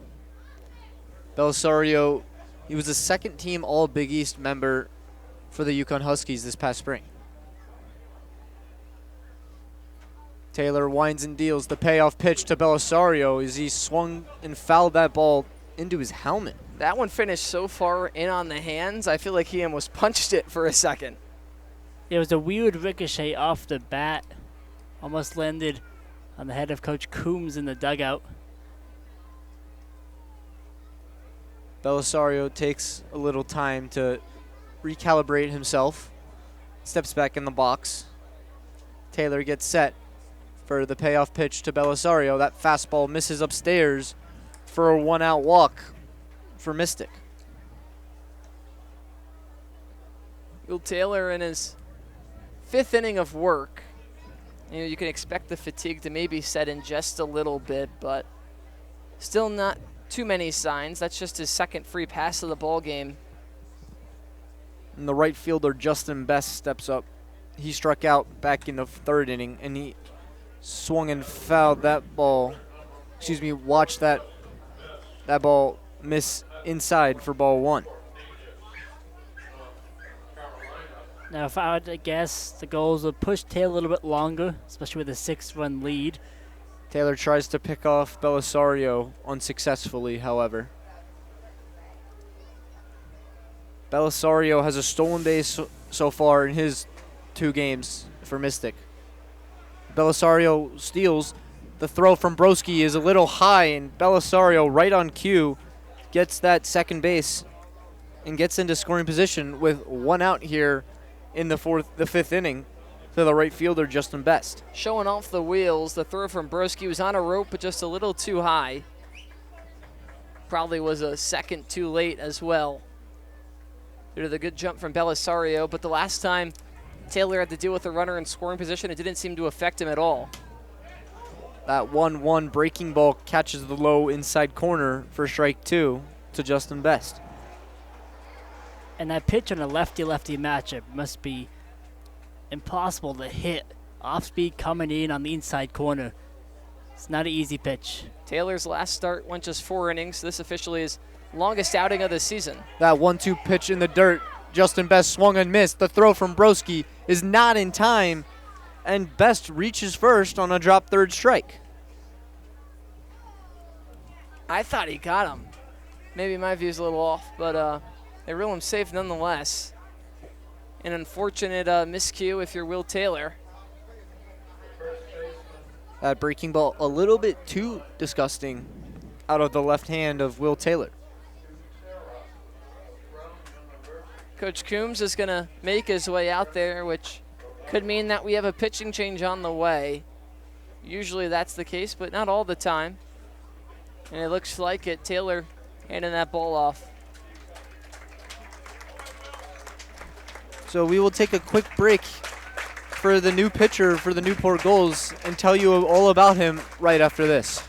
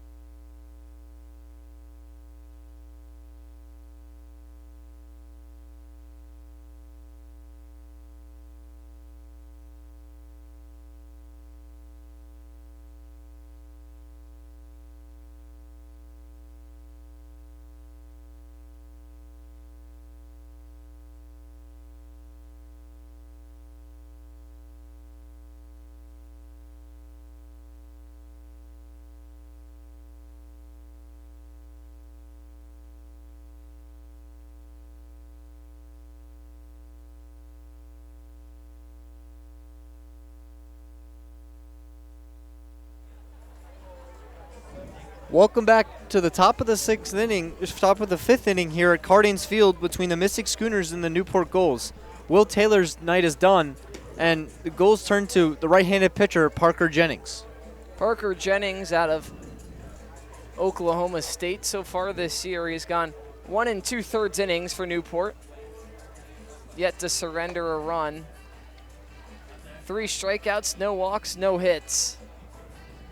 Didn't have the most promising campaign with the Cowboys this past season, but a strong start to his NECBL season, and the first man out of the bullpen here tonight trying to keep the clean sheet. Mystic just 90 feet away from their first run of the ball game. Belisario over at third. Justin Best stands at first. It'll be Christian Butero, the only man to work his way aboard the first time around as the first batter against Jennings. Butero worked a walk back in the third inning against the left-handed pitcher, Will Taylor. Gulls infield at regular depth with 1 out here. I think that's the right move, playing with a 6-run lead. You don't mind giving 1 up. The first pitch Butero sees from Jennings is a fastball outside for ball 1. Best leading off over at first, Belisario at third. The 1-0 pitch to Butero swung on and missed for strike 1. Jennings, a guy that offers even more heat with that fastball. You can see it zip right out of the hand, top of the zone, 92 miles per hour. Butero just unable to catch up to it. 1 ball, 1 strike, 1 out here to the first baseman, Christian Butero, in the top of the 5th. That fastball runs high and inside for ball 2. Jennings seems he has good command, just a few inches out, a few inches up. See if he can settle in right here. Jennings gets set. Here's the 2-1 to Butero, going with the breaking ball in the dirt for ball 3.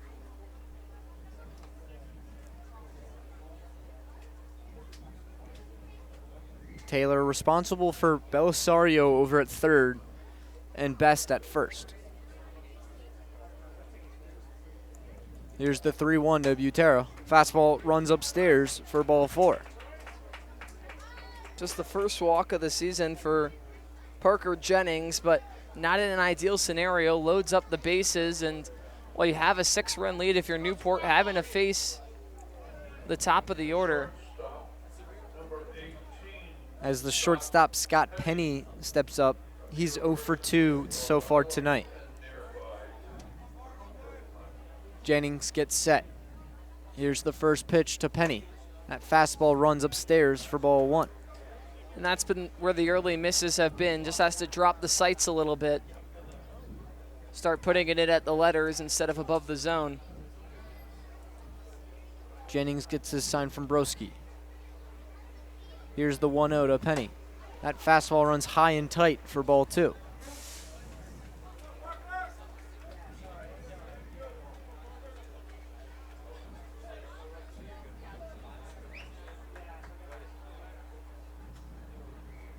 Jennings sets at the hips.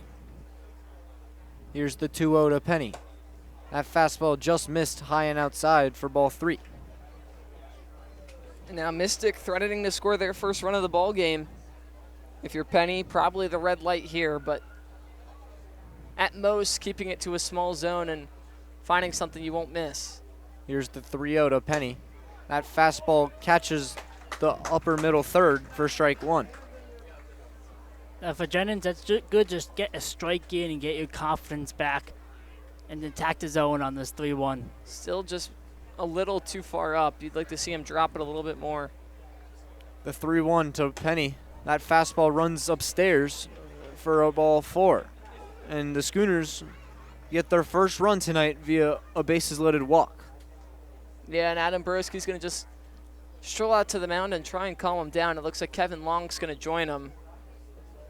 Newport doesn't want a repeat of what happened when they were in Mystic last time around, which was just runs and runs and runs and runs so quickly, because this game could go right back to being all tied up before you know it.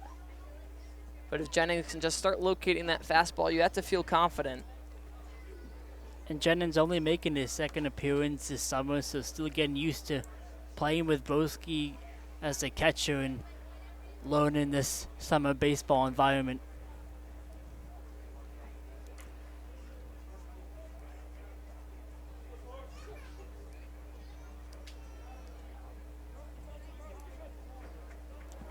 As Broski makes the walk back to home plate, it will be the third baseman, Bryce Detweiler, who steps up. He's 1 for 2 with a strikeout in the first inning and a single back in the 4th. And if he could pick up another hit, this could be right back to a ball game. First pitch Detweiler sees from Jennings is a fastball swung on and fouled back towards the backstop. A little surprised by the early aggressiveness of Detweiler. After seeing a 5-pitch walk, you think he'd maybe force Jennings to come to him, but swings that one at the letters. As Jennings gets set, here's the 0-1 to Detweiler. Fastball upstairs for ball 1. Whether you're an island resident or planning a summer getaway, the fastest way to the Cape and Islands is by taking the New England League's preferred partner, the Steamship Authority Ferry. Visit steamshipauthority.com for more information. As Jennings fires the 1-1 to Detweiler, that breaking ball catches the lower outside corner for strike 2. And that might be the answer that Jennings and Newport are looking for. Go more to the breaking ball. Work that outer third part of the zone. 1 ball, 2 strikes to the third baseman, Detweiler. Here's the pitch. Fastball high and tight for ball 2. Just releasing it out of the hand a little too soon.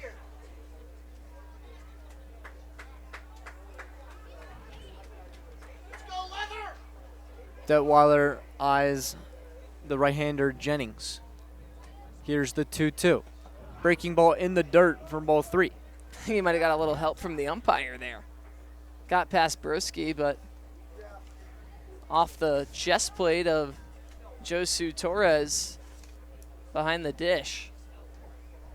As the count runs full to the Yukon third baseman. Here's the payoff pitch from Jennings. That fastball runs upstairs for another ball 4 and another bases loaded walk for the Schooners. And it looks like this leash might be extremely short if you're Mike Coombs and the Newport Gulls. You see the manager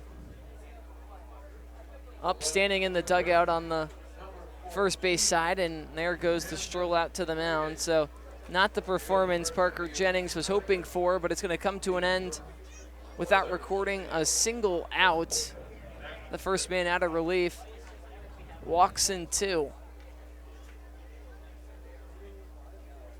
We will take a quick break here for another pitching change and tell you all about the new man on the mound when we come back on ESPN+.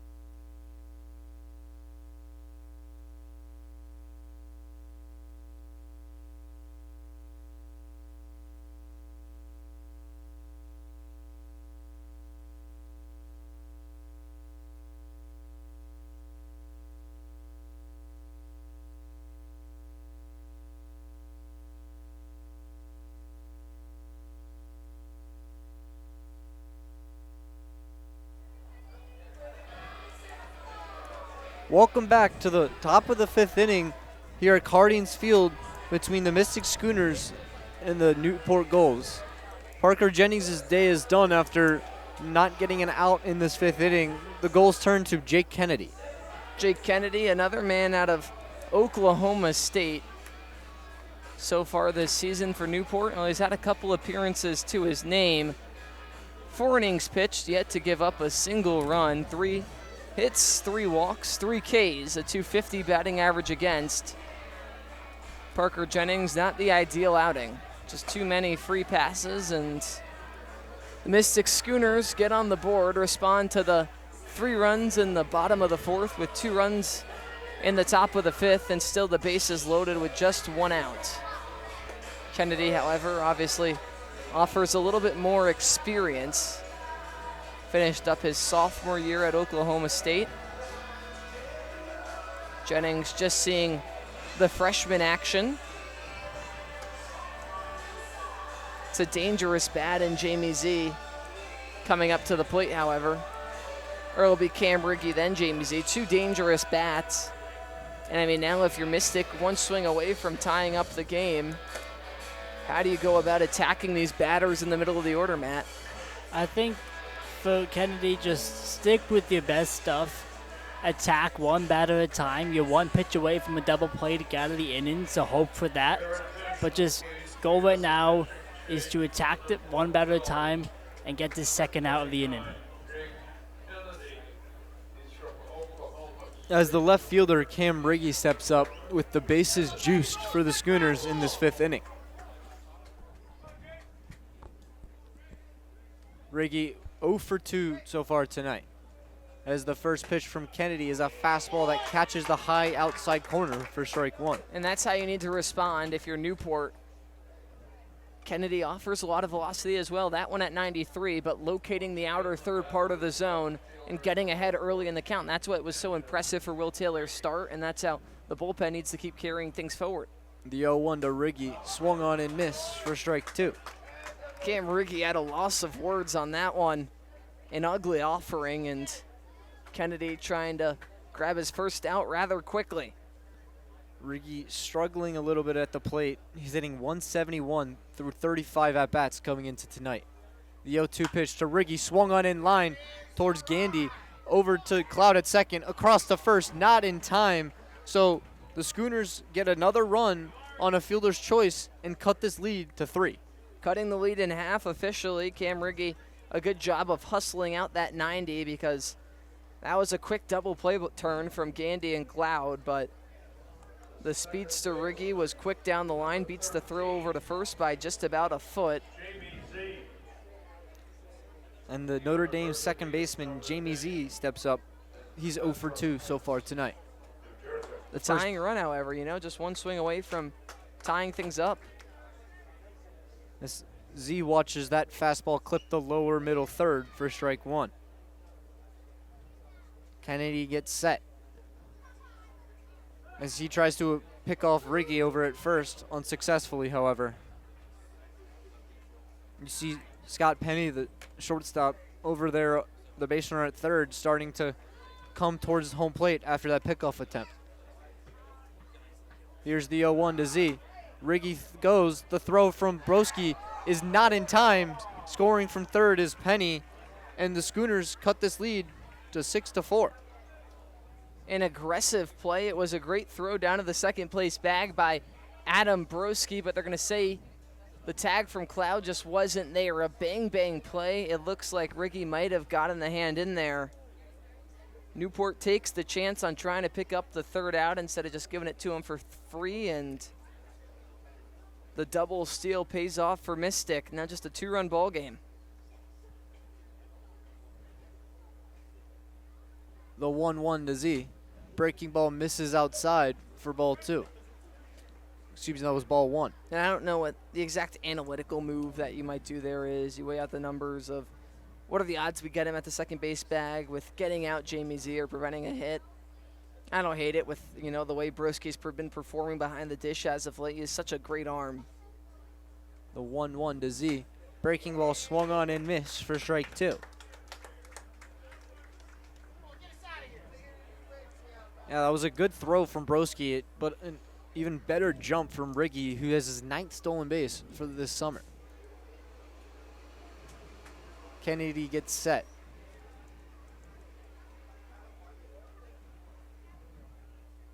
Looks back, Riggy at second. Here's the 1-2 to Z. Going back with that breaking ball, misses low and outside for ball 2.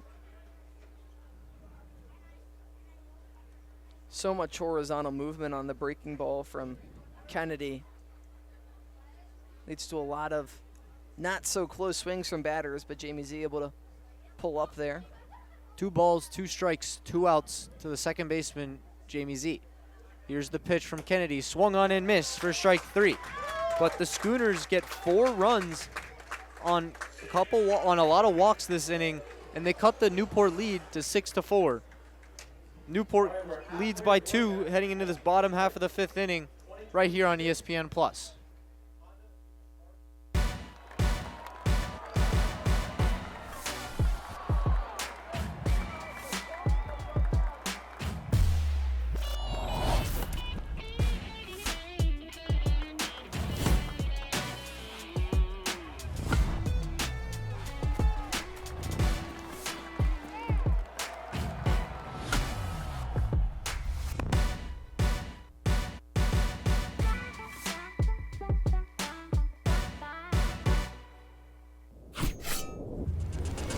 Stadionic's primary goal is to maximize fan safety and amplify the fan experience so that you or your client get exactly what you envision.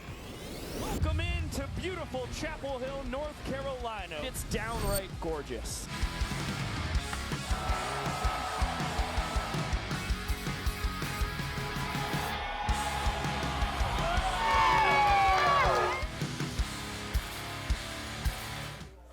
Welcome back to the bottom of the 5th inning here at Cardines Field between the Mystic Schooners and the Newport Gulls.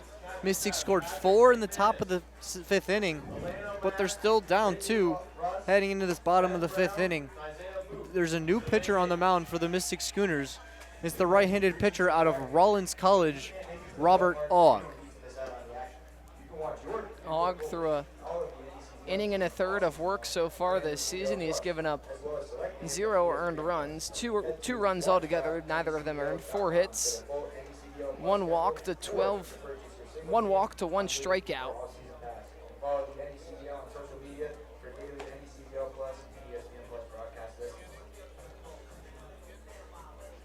And with Mystic working back into this ball game, obviously you want to keep it a 2-run game, but if you're Newport, back-to-back 3 spots, you want to just keep pouring it on and provide even more insurance for the pitching staff, who has been tremendous all season long, just had a little bit of a blow-up inning right there, allowing the 4 runs, but those are bound to happen. It's whether or not the offense can keep backing them up and supplying more run support. Ogg last pitched for the Schooners against the Newport Gulls in that 11th inning thriller. He pitched a third of an inning, gave up 3 hits, 2 runs, although none of them were earned, and he's looking for to keep this lead at 2 if you're the Mystic Schooners pitching. Ogg will face 2, 3, and 4 for the Gulls lineup. It's Caden Cloud, the second baseman, Maddox Haley, the designated hitter, and Ryan Novak, the left fielder. Yeah, and if you're Newport after a long top half of the inning, you want the middle of the order up in Haley, Novak, and Mershon to get the offense going once again. And I think for the Gulls to win this game, they're going to need to put up 9, 10 runs. 2 runs probably isn't enough against this Mystic lineup. Cloud 1 for 2 tonight, hit that 3-run home run back in the 3rd inning. The first pitch he sees from Ogg is a fastball that misses in the dirt for ball 1.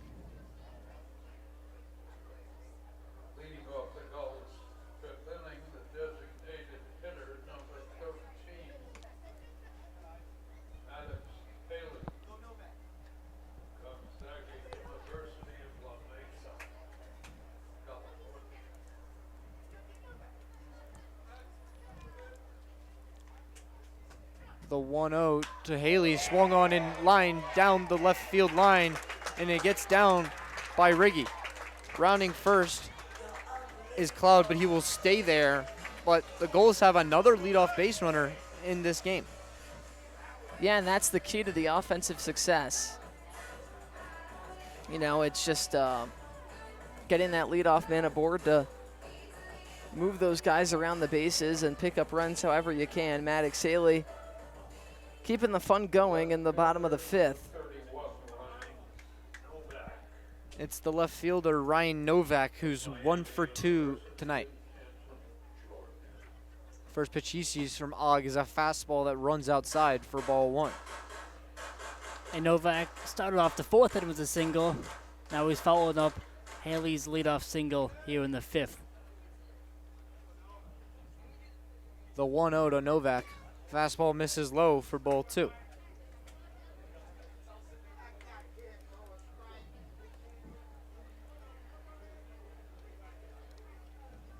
Ogg looking back, Cloud over at first. Gets set for the 2-0 to Novak. That fastball misses outside for ball 3.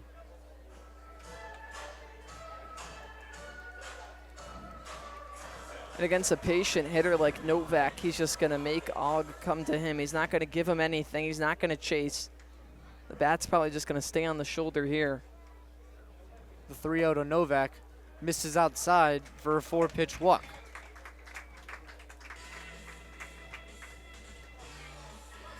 This being the 3rd arm of the ball game for Mystic to this point, and Newport just pressuring once again. It's going to be an early mound visit. Still no outs for Mystic, but they want to talk things over after the first 2 men both work aboard.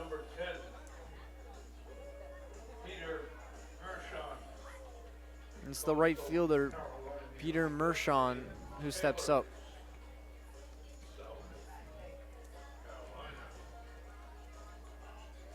Mershon still looking for his first hit behind the Cardines crowd. This would be a great time for the Gulls right fielder.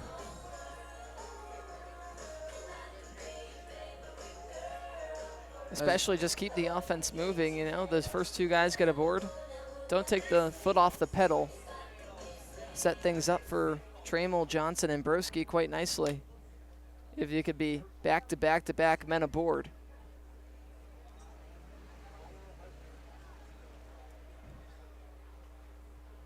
As we take a little time out here, as the umpires, the home plate umpires, Josue Torres, had to write something down.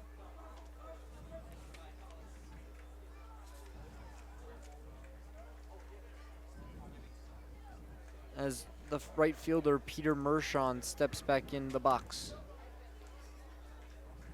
Og gets his sign from Russell. Here's the pitch. That fastball misses outside for ball 1.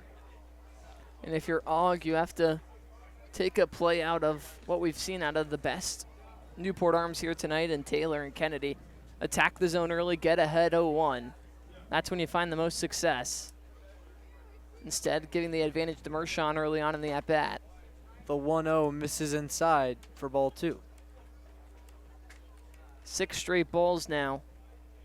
I think if you're the entirety of this Newport staff, and it'll be a pitching change already. Og's day is going to come to a close after unable to recover after the 4-pitch walk. So we will take a quick break here at Cardines and tell you about the new Schooners arm right after this.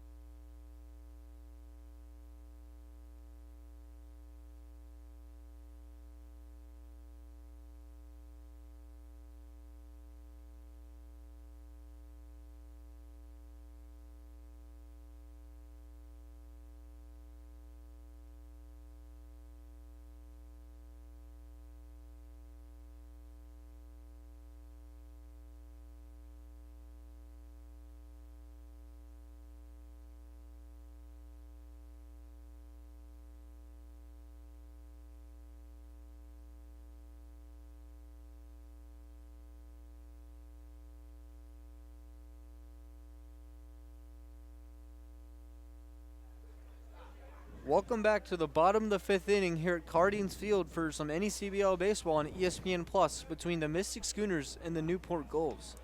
Excuse me, it wasn't a pitching change. It seems like Phil Orby just wanted to come out to talk to the pitcher, Robert Og. I'm not quite sure how. Wasn't that the second? That was the second visit. No. Unless they're claiming that they were looking at him due to injury or something. But I wish we had more clarification on that. Yeah, third base coach Ted Regan isn't too pleased with what just went down, but I was going to say it was a very quick leash, just 2 pitches after the first visit, but Og allowed to stay back out there. Og sets for the 2-0 to Mershon. That fastball misses low and away for ball 3. I wonder if there's any, I should know this, I should research this, if there's a batter limit. But I don't think there is in the NECBL. Because, in the MLB, I think you have to face 3. Yeah, I think it's 3 in MLB, but I don't think there is one here in the NECBL.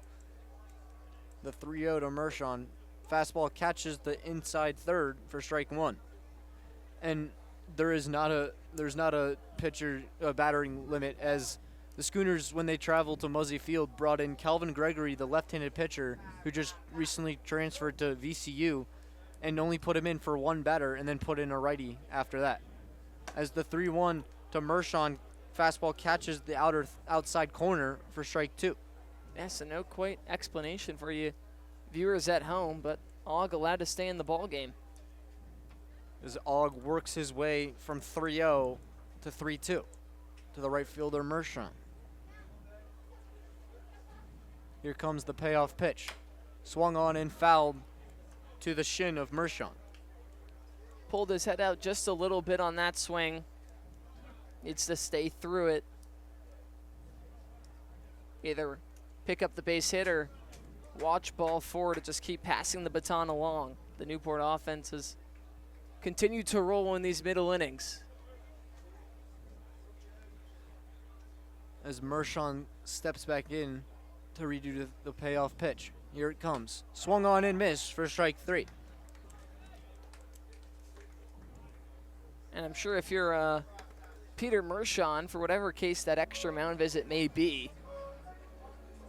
Og just seems completely out of it, throwing back-to-back balls. And now we're going to have a pitching change.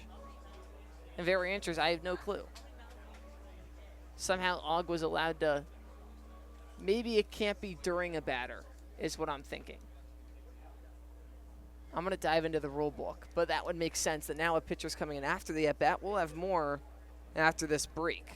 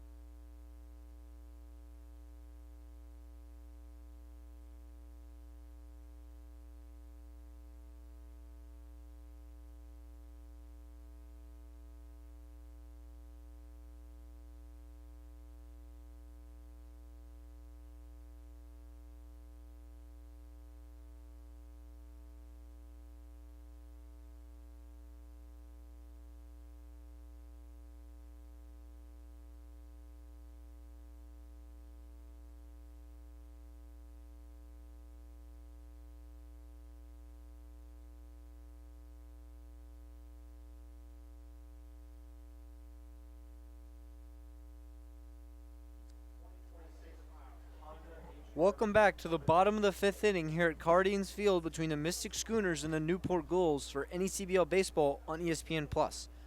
Robert Ogg's night is done after just an 1/3 inning pitch, giving up 1 hit, 1 walk, and having 1 strikeout for the Schooners. They turn to the right-handed pitcher out of Fort Lauderdale, Florida, who just recently committed to UConn. It's MJ Bollinger.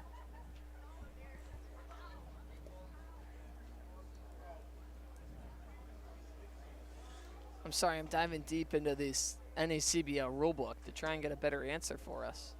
My guess would have to be that Ogg had to finish the batter. It worked out in their favor. It kind of stalled Mershon a little bit, who Ogg worked back on to pick up the first out of the inning.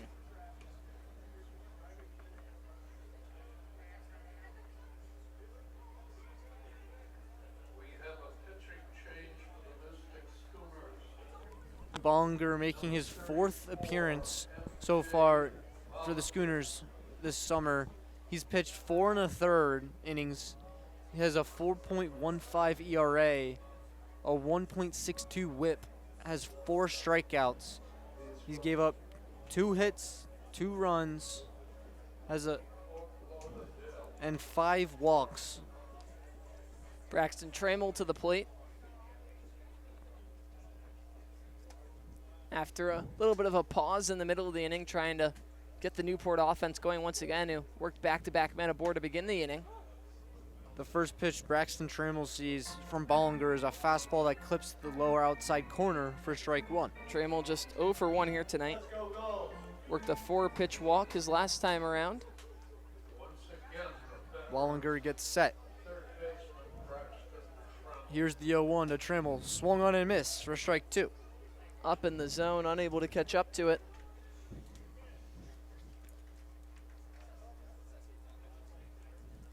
Bollinger likes to attack that higher part of the strike zone. He's quickly ahead 0-2 on Trammell. Here's the pitch. Swung on and fouled towards the netting here at Cardines.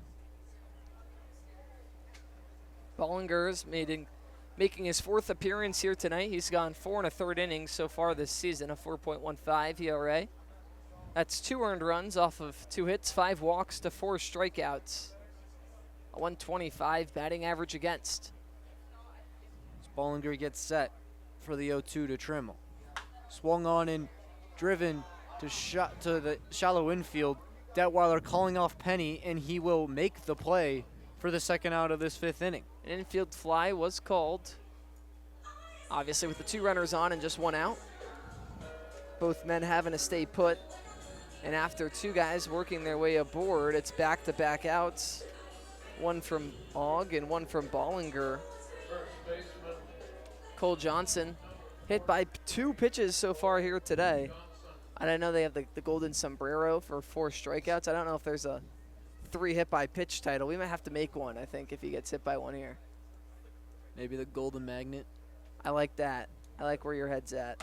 As the first pitch from Bollinger to Johnson catches the outside corner for strike 1. Remember, fans, if you can't make it to the ballpark, you don't need to miss out on the action. You can watch the Gulls all season long on NECBL Plus. Head to hometeamlive.com for the full NECBL Plus schedule, as that fastball catches the high outside corner for strike 2. Head to hometeamlive.com for the full NECBL Plus schedule, or to purchase your single game, weekly, or all season pass, and follow the NECBL on social media for daily NECBL Plus and ESPN Plus broadcast listings, as that 0-2 fastball was fouled above the dugouts here at Cardines. And our operations staff made a nice one-handed snag off the light post. Always a pleasure to be on ESPN Plus, though, like we are here tonight. A great production crew here at Newport as well, helping make it a great viewing experience. The 0-2 to Johnson is popped towards shallow right field. Running in and making the play is Justin Best for the end of this 5th inning. But the Gulls leave those 3 runners stranded. It's 6-4 Newport heading into this top of the 6th on ESPN Plus.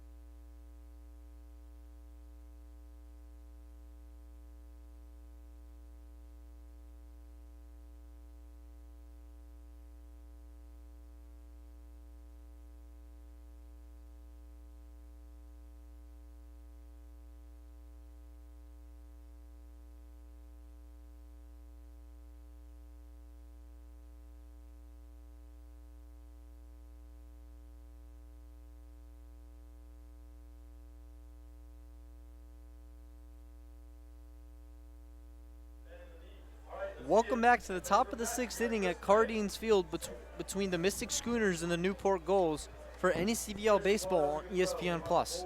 I'm Ford Anderson, joined alongside Harry Tidgewell.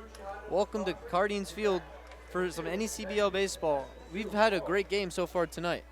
I'm never one to call out a fan, but we have that, as you already mentioned, the throwing contest down the third base line, and I think we just had a fan miss out of the ballpark. They went over the third base fence. There's something, you know? I mean, we know not everybody has all the baseball experience in the world, but just a little offline. I think it actually might have gone in if you just kept it online. I don't know. Maybe they should be able to move the board a little bit to help these guys out. Oh, it's on wheels. The board's on wheels. It's on wheels, so and they can run it all over. Maybe it's a tag team partner type thing. Well, some hacky sack as always here at Cardines Field. It seems like every day now. I don't know what they call that game when they're tossing it at each other. It's like hacky. There's levels to this hacky sack. Oh, Zane Stahl. Jeez. A juggling master. Imagine being 6'7" and so talented at hacky sack. Stahl must Take be another watching, look at it. Take another look at it. Watching some World Cup today. Channel's inner soccer skills. It's all on the toes. Kennedy out there to try to finish his first inning of work after he came in for 2/3 of that 5th inning. He faces the catcher, Devin Russell, who's 0 for 2 so far tonight. 5-6-7 due up for Mystic. Trying to back up that 4 runs last inning. A big swing to left field, moving towards his right is Novak, and he will make the play for the first out in this 6th inning. A big first swing, and he got a good piece of it, but Ryan Novak just tracking it down with ease. The calmness, the ability to get there on the run. Shoots the first out down in the top of the 6th. Russell seemed to just get a little bit too much under that baseball as he flew out to left field. As the designated hitter, Thomas O'Connell, steps up, he watches that fastball clip the lower middle third for strike 1. I feel like most hits in this field always come off the bat really hard, but then it dies off at the... You're dealing with the wind as well. Yeah, the wind is coming in most nights here in Newport, in the Windy City, right by the water here. As the 0-1 fastball cat right down the middle for strike 2 to the designated hitter out of Virginia, O'Connell. I also feel like it's a little deceptive because any ball hit to right field that hard is automatically off the wall, and left field is obviously a little deeper. 0-2 swung on and missed for strike 3 for the second out of this 6th inning. Kennedy really settling in after a not so pleasant outing from Parker Jennings. You need a bullpen arm to come in and settle things down, and that's exactly what Kennedy has done. Beginning to breeze through the top half of the 6th. Anthony Belisario steps up as he watches that breaking ball upstairs for ball 1. Belisario 0 for 1 with a strikeout back in the 3rd, but he did reach base via the walk in the 5th, stole a base, and came around to score. Here's the 1-0 to Belisario. That fastball catches the high outside corner for strike 1. Oklahoma up to the early 4-0 lead against Georgia. Here's the 1-1 to Belisario. Fastball outside for ball 2. Colby Branch and the Bulldogs in need of back-to-back wins against the Sooners, where it will be Kyle Branch playing for the College World Series championship against the Tar Heels. 2-1 to the Staten Island native. Big swing and a miss for strike 2.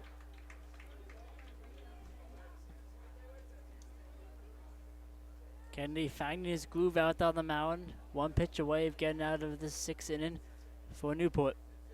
2 balls, 2 strikes, 2 outs to Anthony Belisario as he swings and fouls that ball above the stands here at Cardines. Got a surprisingly good piece of it for a ball that missed about 3 inches outside and 3 inches low. Completely just throwing the bat head at it. As we redo the 2-2 to Belisario once again. Another breaking ball swung on and fouled back into the Gulls dugout. Chris Klug, the barehanded grab. See a couple nice foul ball catches here tonight. As we redo the 2-2 pitch for the third time to Anthony Belisario. Swung on and driven to left center field, and it falls for a hit in front of Legenza. So Belisario gets a 2-out, 2-strike single for the Mystic Schooners. A masterful at bat from Belisario, who just fouled away 2 breaking balls away, finally gets one in the zone and pulls it into left center field, extends the top half of the inning, and gives Justin Best his chance to maybe even tie things up. The lefty working with that short porch in right field. Best 0 for 2 tonight with 2 strikeouts as he watches that fastball low and in for ball 1. Best has 2 strikeouts, but that second strikeout came in the 5th inning. He did reach base, however, on a drop third strike, stole a base, and came around to score. So the pickoff attempt to Belisario was unsuccessful.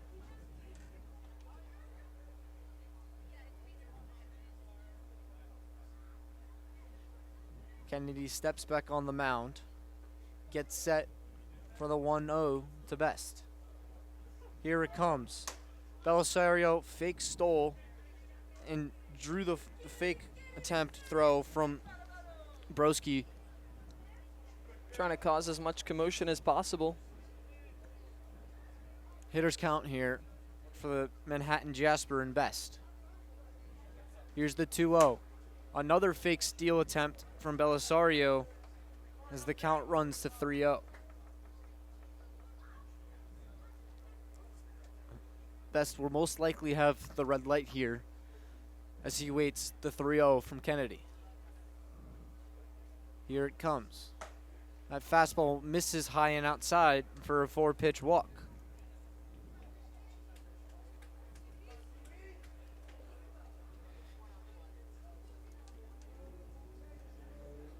Excuse me, Best didn't steal a base when he reached on that strikeout back in the 5th, but he did come around to score. As the first baseman, Christian Butera, steps up, he's got a pair of walks tonight. After a quick first 2 outs, Kennedy wanting 2 men aboard. He has to settle back in. Find a way to pick up this third out of the inning. Butera takes a big swing and a miss on that fastball for strike 1.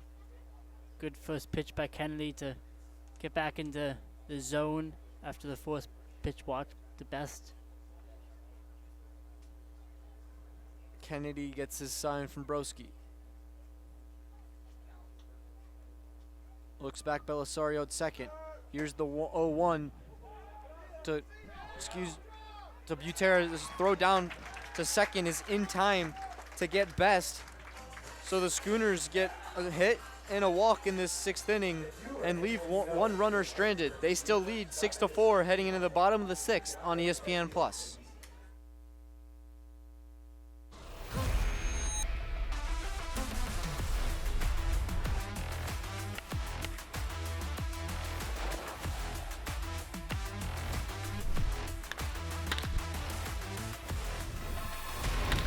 Looking to show off your Newport Gulls pride? Swing by the Goalie Shop, your official home for Gulls gear. From t-shirts and hoodies to hats and limited edition merch, we've got everything you need to rep Newport in style. Located right inside historic Cardines Field, or shop online anytime at newportgulls.com and click on the Goalie Shop. Don't miss out, grab your gear today and join the best fans in summer baseball.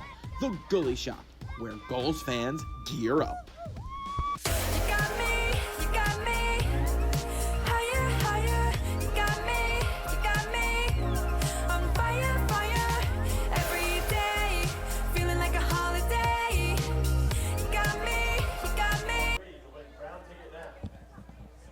Welcome back to the bottom of the 6th inning here at Cardines Field between the Mystic Schooners and the Newport Gulls. MJ Bollinger out for his 2nd inning of work after he retired the last 2 batters back in that 5th inning. Yeah, and the momentum beginning to shift just a little bit. It was really big for Adam Broski to nab that runner at second base last inning, help pick up Kennedy after he was just struggling to find that third out. So that helped prevent the momentum from going fully on Mystic's side of things, but well, they have 4 unanswered runs, and Newport just has to find a way to garner more run support, because with the way that Mystic's been continuing to pressure, you can expect more offensive action in the back third. Broski comes up, try to keep that momentum going after getting the goals out at the top of the inning. Hopefully he can lead off the bottom of the 6th with a hit. Broski 1 for 2 so far tonight. Hit a single back in the 4th. The first pitch he sees from Bollinger is a fastball high and outside that catches the high outside corner for strike 1. Broski's offense just continuing to show more promise as the season progresses. Had the home run on Saturday, a big single into right field here today. He's hitting the ball hard. It's just a matter of timing it up right and keeping it between the 2 white lines. As he fouls the 0-1 breaking ball to the backstop for strike 2. The 0-2 to Broski, swung on and missed for strike 3. Right through it with the elevation. Not a bad spot from Bollinger. Mason Legenza now a hit on the day for the lefty, and aiming to pick up his second here and get the offense going again for the Gulls. He had also had a RBI sac fly back in the 4th. As he fouls the first pitch to the backstop for strike 1.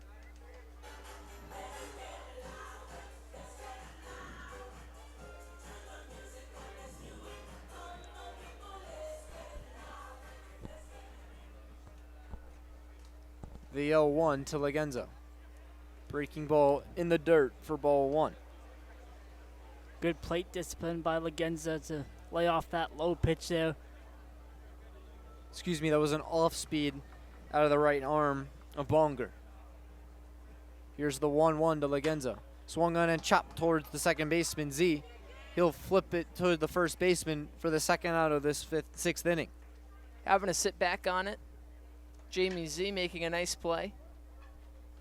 An odd ball to read for sure.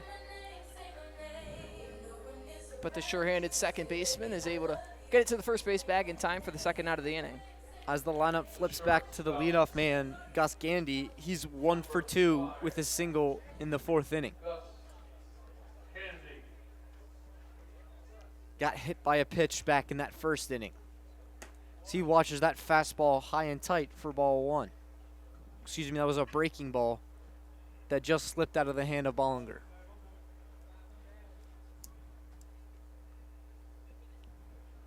The 1-0 to Gandy. Fastball swung on and popped to shallow left field.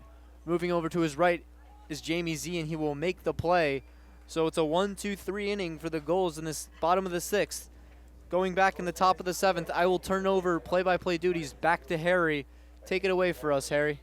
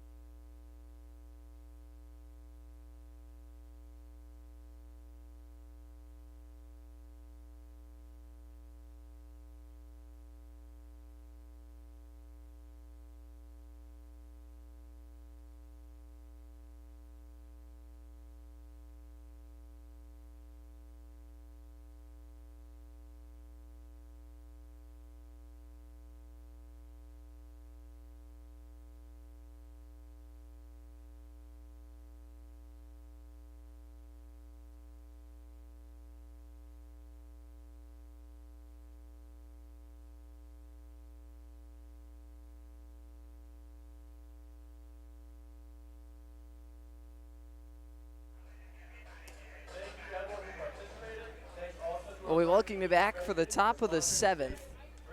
Number 29, Jake Kennedy, still out there, the Oklahoma State Cowboy. Holding on to a 2-run lead in favor of Newport. Newport put the first 6 runs on the board, but since then, well, it's been all Mystic. They've made it a 6-4 ball game. And with 3 innings left to play, trying to keep things intact. as we approach the home stretch. You look at the offensive numbers on both sides. Mystic, just 2 hits. Newport with 6, but Mystic able to work 6 walks as well. And that's allowed them to get around the bases, specifically in the top of the 5th, where they scored all 4 of their runs.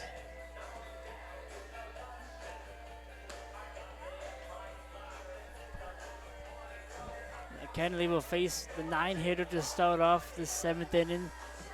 It's crucial to get that first out, build some confidence. Butera stepping back in, but before we get to the at-bat, I know Ford might remember this from when I came to Mystic. Matt Benestad, I'm sure you remember it from your last time in the booth with us. A little 7th inning trivia is on the way, guys. And, well, my question for you today is, one player since 1950 has had a season with over 200 hits and over 50 home runs. Just one player since 1950 has had a season with 200 hits and 50 home runs. You know what? I'm going to shorten the gap a little bit. It's in the last 50 years. This player did it in the last 50 years to have over 200 hits and 50 home runs in a single season. We'll get back to that in the bottom of the 7th, so you viewers at home, give it some thought as Jake Kennedy pounds strike one in there, trying to work through the top half of the 7th. Butera was at the plate the last inning, but Broski was able to nab the runner trying to steal second, and Anthony Belisario. No balls, 2 strikes. Kennedy working ahead quickly. Out of the bat, out of the windup, kicks and deals, and misses up, ball 1.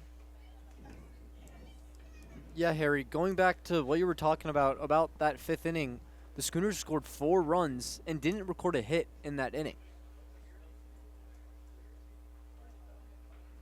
1 pitch away from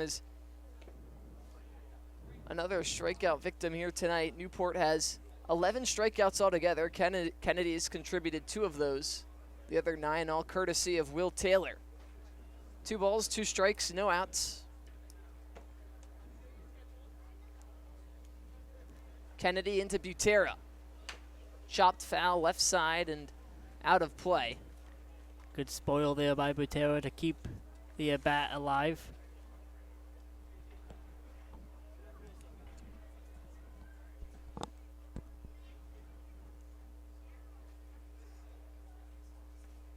We'll do the 2-2 again.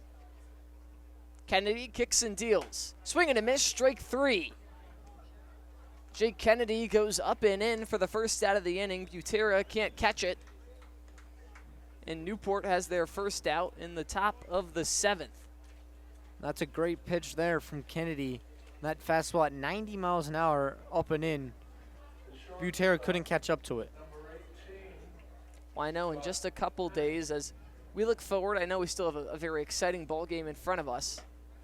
Swing and a miss at the high fastball, but on Saturday, to be exact, the Mystic Schooners will head out to Martha's Vineyard. And if you're wondering, how can a baseball team get to the island like Martha's Vineyard? Well, whether you're an island resident planning a summer getaway or going to catch the baseball game, the fastest way to get to the Cape and Islands is by taking the New England League's preferred partner, the Steamship Authority Ferry. Visit steamshipauthority.com for more information. Excellent travel partner. 1 ball, 1 strike. 1 out. A swing and a miss, a healthy hack from the top of the order in Scott Penny, but right through it for the 2nd strike of the AB.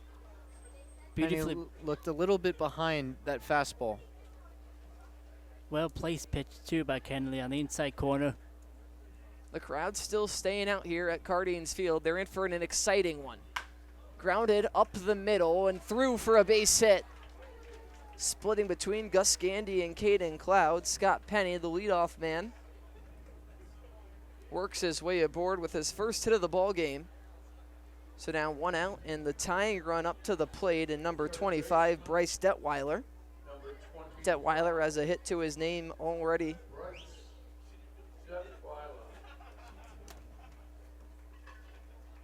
One of the 3 Yukon Huskies in the lineup today. First pitch at the knees, watches strike one.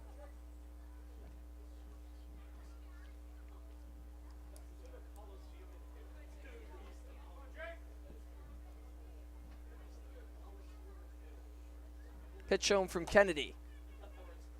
Misses the corner, low and away. 1 ball, 1 strike, 1 out.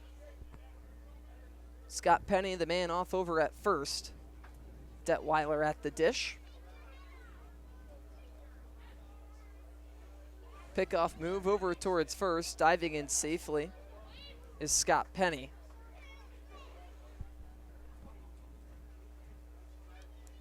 Penny has 1 stolen base so far this summer for the Schooners. Kennedy working through his 3rd inning of relief work.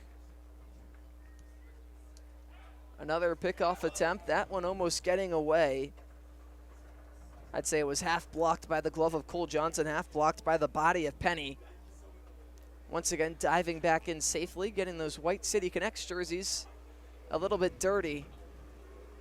1 ball, 1 strike, 1 out in the top of the 7th. Make it 3 consecutive pickoff moves. Too late as well. And that's one of the unique things about the NECBL is we don't have the major league rule, so you can pick off as many times as you want. 1 ball, 1 strike, 1 out.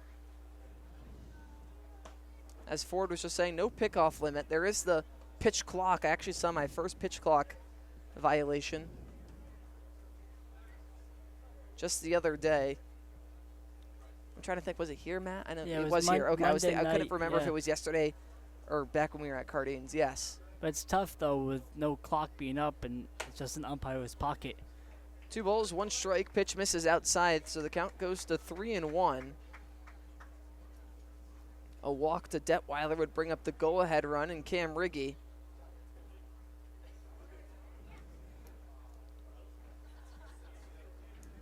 Kennedy kicks and deals in at the letters for strike 2, so the count runs full. The Mystic Schooners trying to have 2 men aboard, bring up the go-ahead run, and Riggy. Newport trying to continue weathering the storm in the back third of things. Another pickoff move, the 4th of the at-bat towards Scott Penny at first base, but the leadoff man once again diving back in safely. Kennedy comes set. The payoff pitch, broken bat up the middle. Cloud has it on a hop, throw to first in time. The barrel of that bat shattering into play, right where Gus Gandy would have been standing if he had not moved over towards the second base bag as Scott Penny had taken off on the pitch. So just the 1 out for the Gulls as Penny moves into scoring position. Wow, I mean, that one that was a weird definitely sound off caused the a little bat. bit of a gasp from the crowd as they just saw the lumber flying through the air. Yeah, the bat went further than the ball. It did. Lucky play for Gandy, the shortstop, as he was moving over to try to cover that second base bag. Lucky was able to dodge that piece of the barrel coming at him. That's a nice ball. That's a nice bat to frame if you're Jake Kennedy. Not afraid to work the inside part of the plate. 2 outs. Penny off of second. First pitch into Riggy. Gets him to chase on the high fastball for the first strike of the at-bat. It's always interesting to see whenever there's a broken bat, you see all the kids run towards the dugout because they want to Trying to get their hands on it. Get that piece of lumber. No balls, 1 strike, 2 outs. A swing and a miss. Kennedy goes from working high to working low in full control against Cam Riggy. No balls, 2 strikes. What will Kennedy pull out of the bag of tricks here? Scott Penny, the man off second. Out of the stretch, Kennedy peeks back, kicks and deals. Swing and a miss, strike 3. Pounding the zone again and again. 3 straight swings and misses from Cam Riggy as the announcer goes bye, bye, bye. We head to the bottom of the 7th after we stretch after this.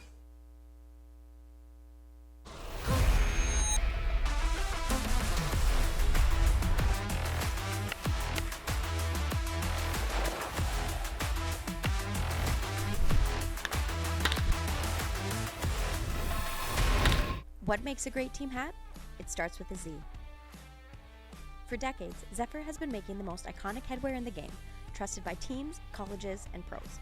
We cut out the middleman and work directly with our manufacturers, so you get top quality, fast turnaround, and prices that make sense. From bold designs to unbeatable fit, Zephyr hats are built to match the quality of your team, right down to the last stitch.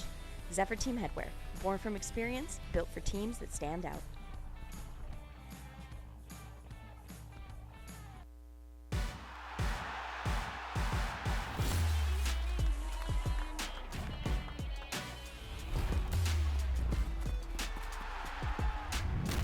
Another nice rendition by... Welcome back to Cardines Field. I'm Veronica Borelli, and thanks to Caden Cloud, who's coming off his freshman season at the University of Kentucky, the Gulls are currently up 6-4 with a 3-run home run from him. Back to you guys.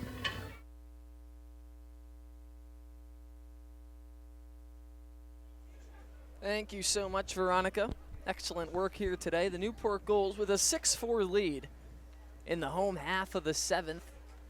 MJ Bollinger still out there for the Mystic Schooners. Newport scoreless their last 2 frames.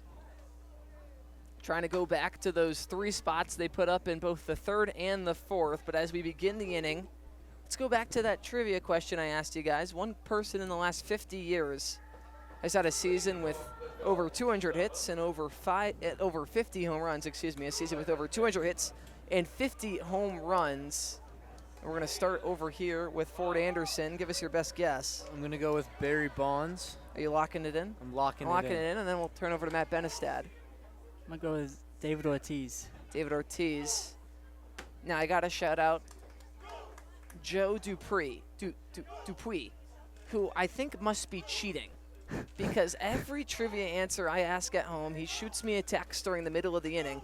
And while you two were incorrect, the correct answer here tonight, Alex Rodriguez. Caden Cloud pops one right side into foul territory. Our scorer, Anthony, also shot me the correct answer on his second guess. He went Albert Pujols to start, but he did get Anthony Rodriguez. So a catch made in shallow right field for the first out of the inning.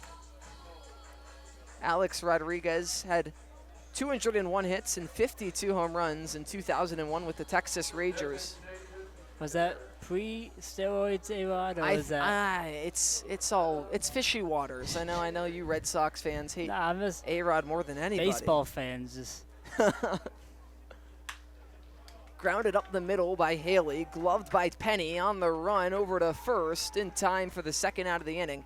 But Joe Dupuis, I don't know how he does it. I seriously don't. It's every time I get that text, and I just sometimes if he sends me something that's wrong, I have to double check the answer to make sure it's not. I'm questioning myself. It's marvelous. Well, 2 quick outs for Bollinger and the Mystic Schooners in the bottom of the 7th. Ryan Novak, the 4-hitter, digs in. You would hope that Newport can just ride the bullpen the rest of the way home if you're the Gulls, but a 2-run lead, any lead in the NECBL truly isn't safe, and a 2-run lead anywhere you go can get a little fishy down the stretch. Mystic with 6 more outs to work with. Yeah, last time these teams faced, they both scored 6+ runs in the extra innings, so you never know in these late innings. Well, after a 4-pitch walk his last time up, Ryan Novak already ahead 3-0. Trying to be a 2-out base runner. Peter Mershon stands on deck, and that one misses high and away, so Novak does get his free pass, his second of the day. And now the right fielder, Mershon, from left field to right fielder. Go the Gulls. Mershon picked up a hit yesterday, 2 RBIs as well. Today, on the other hand, 0 for 3. Trying to pick up his first hit in front of the home crowd.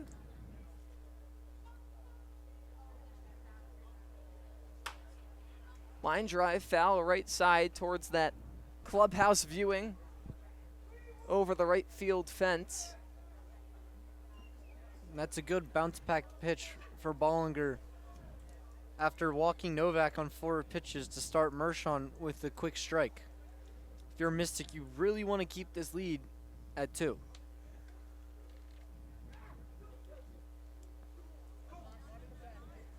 The 0-1.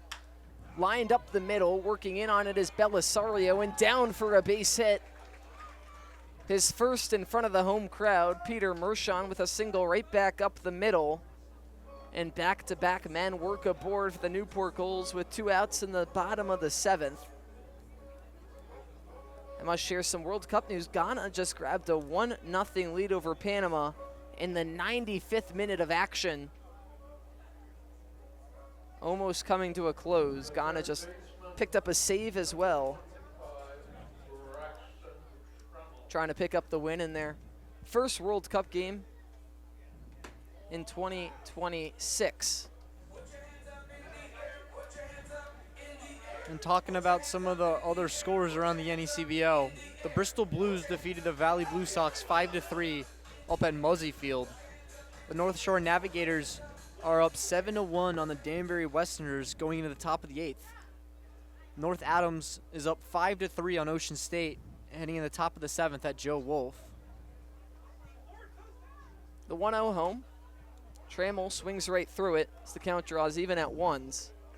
Upper Valley is up on Vermont 11-4, heading into the bottom of the 6th. Sanford's up 4-1 on the Keene Swamp Bats, heading into the top of the 8th. Newport and Mystic, I should say, 2 of 12 teams in action for the NECBL here today. Trammell fouls that one off the dugout netting. 1 ball, 2 strikes, 2 outs. This is such a big game in this South Division. Currently, Mystic sits 2 games behind the Martha's Vineyard Sharks for that first place spot. The 1-2. Popped foul backwards, and we'll do it again. Good fight there from Trammell just to see another pitch to stay alive. But if you're Newport, a win here could bring the Gulls only 4.5 games back of that first place spot and only would leave them 2.5 games behind the second place Schooners. Newport having picked up the win against North Adams yesterday, trying to keep things rolling here tonight. Clinging to a 6-4 lead, trying to add on to it. The breaking ball called strike 3.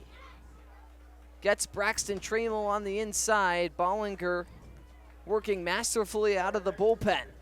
We head to the final stretch, the 8th inning, coming up next on ESPN+.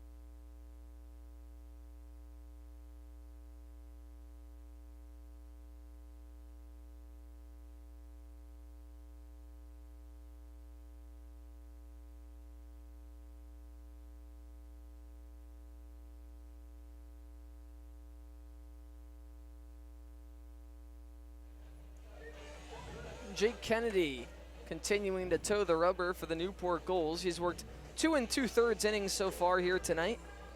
He's given up 2 hits, 1 walk, 4 strikeouts. Still no runs allowed by the second arm out of the bullpen. Newport with a 6-4 lead. They've out-hit Mystic 7-3. But the free passes swing in favor of the Schooners. Newport's worked just 3 walks. Mystic, on the other hand, they've worked 6. All the runs coming during those middle innings. Newport scored 3 in the second, 3 in the third. Schooners with 4 runs in the 5th. The other 6 frames all been scoreless. And Jake Kennedy definitely one of the heroes tonight for the Gulls. Yeah, you have to give credit to the offense for the 6 runs, but Kennedy has gotten Newport out of a few key jams that Mystic has put on runners and gotten the 4 runs across. And well, during the middle of the week, this being the third game in 3 days, and after this, it's 3 more games in 3 days. If you're Newport, you got to save as many arms as possible. So Jake Kennedy able to eat up a decent amount of innings here tonight. And if he could work through the 8th, maybe hand things off to just one more arm to finish things off in the 9th, it could be 2 straight wins for Newport as they keep working towards that 500 mark, standing at 4-6-1. Kennedy working out of the windup into Jamie Z. First pitch catches the bottom of the zone for strike 1. Z 0 for 3 so far here tonight. That including 2 strikeouts as well. Sorry, Harry. Kennedy's just been attacking the zone on these Schooners hitters that coming into tonight, they had the 3rd best on-base percentage in the league. Pounding the zone early. First it was Will Taylor. Jake Kennedy has been a nice replacement since. Z chases on the breaking ball below the zone for strike 2. 1 pitch away from his first out of the inning. Yeah, first pitch strikes. Bring down the batting average a whole lot. Shakes his head yes. The pitch in. A fly ball into right center field. Working back on it is Mershon and wrapping it in leather for the first out of the inning. From Z over to Devin Russell. That's a good pitch there from Kennedy ahead on Z. Was able to get Z to fly out to right field as Z barely missed that fastball. Devin Russell 0 for 3 as well. Similar to Z, who batted just before him. 1 strikeout. Misses at the high fastball for strike 1. 3 straight pitches in the zone if you're Kennedy. Got Z to fly out to end the first at bat. Working ahead quickly on Russell. Breaking ball misses away. 1 ball, 1 strike, 1 out. And you can hear the grunt of Kennedy on that last pitch. Maybe he threw that breaking ball a little too hard as that just missed outside. Breaking ball in the zone for strike 2. Finished right down the middle, but Russell, no attempt at it. 1 ball, 2 strike, 1 out. Swing and a miss, strike 3. Kennedy picking up his 5th strikeout of the ball game. 14th for the Gulls altogether, and moving swiftly through the top of the 8th. Looking to make it 3 straight scoreless frames for Mystic since their 4 runs during the 5th. Thomas O'Connell out of Virginia, the man in. Waves and misses above the zone for strike 1. Kennedy in complete control.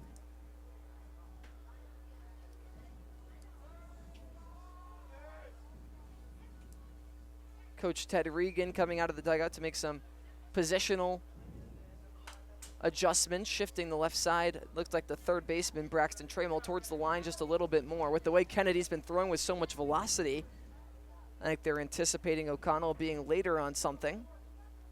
You also want to protect the line with 2 outs. Keep any man off second base. The 0-2 in. A swing and a miss, strike 3. Back-to-back Ks and the top of the 8th. Jake Kennedy sends the Schooners down 1-2-3. Can Newport add on some insurance before the Gulls try and close things out? Find out next on ESPN+. Most people spend their time trying to fit in. Not me. I want to be all in. I want to be in too deep, in the moment, in the center of it all, in the room where it happens. In it to make a difference every single moment of every single day. So grit your teeth and smile. Be ready to take on adversity. Be ready to transform the world. Ready for whatever life has in store.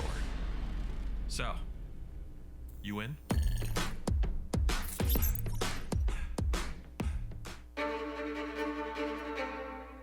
The motoring event of the year returns. The Audrey Newport Concours and Motor Week, October 1st through 4th. Witness breathtaking automobiles against the stunning backdrop of coastline and historic venues. From celebrated events like the Gathering and Concours d'Elegance to the all-new Supercar and Hypercar Concours, and free access to the Concours Village. There's something for all to enjoy.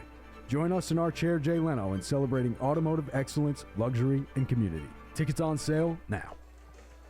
Time for the home half of the 8th. Newport scored 3 runs in the 3rd, 3 runs in the 4th, but they've been scoreless since, clinging to a 6-4 lead. Can they tack on some more support for whoever the closer may be here tonight? Well, leading things off will be Cole Johnson, followed by Adam Broski and Mason Legenza, 7, 8, 9. Working against number 52, Calvin Gregory, making his 3rd appearance on the year, an inning and a 3rd so far this season. Yet to surrender a run. He's given up no hits, no runs, no walks, and 3 strikeouts as well. So a good lefty arm out of the bullpen for the Mystic Schooners. Their 4th overall arm here today. 5th overall arm, excuse me. It was Arroyo, followed by Braden Lead. Then Robert Ogg and MJ Bollinger worked the last 2 2/3. Calvin Gregory last appeared in Bristol, where he only faced 1 batter and got him to pop out, but was taken out in favor of Connor Lane, as the Blues had back-to-back righties after that 1 lefty that Gregory faced. I got to shout out not only Cole Johnson at the plate, but my roommate Noah Townsend, who Noah was saying he really likes that walk-up song, "Afraid to Feel." I don't know who it's by. It's one of those house music songs, but it's catchy. It gets the fans going. Cole Johnson was hit by 2 pitches earlier today.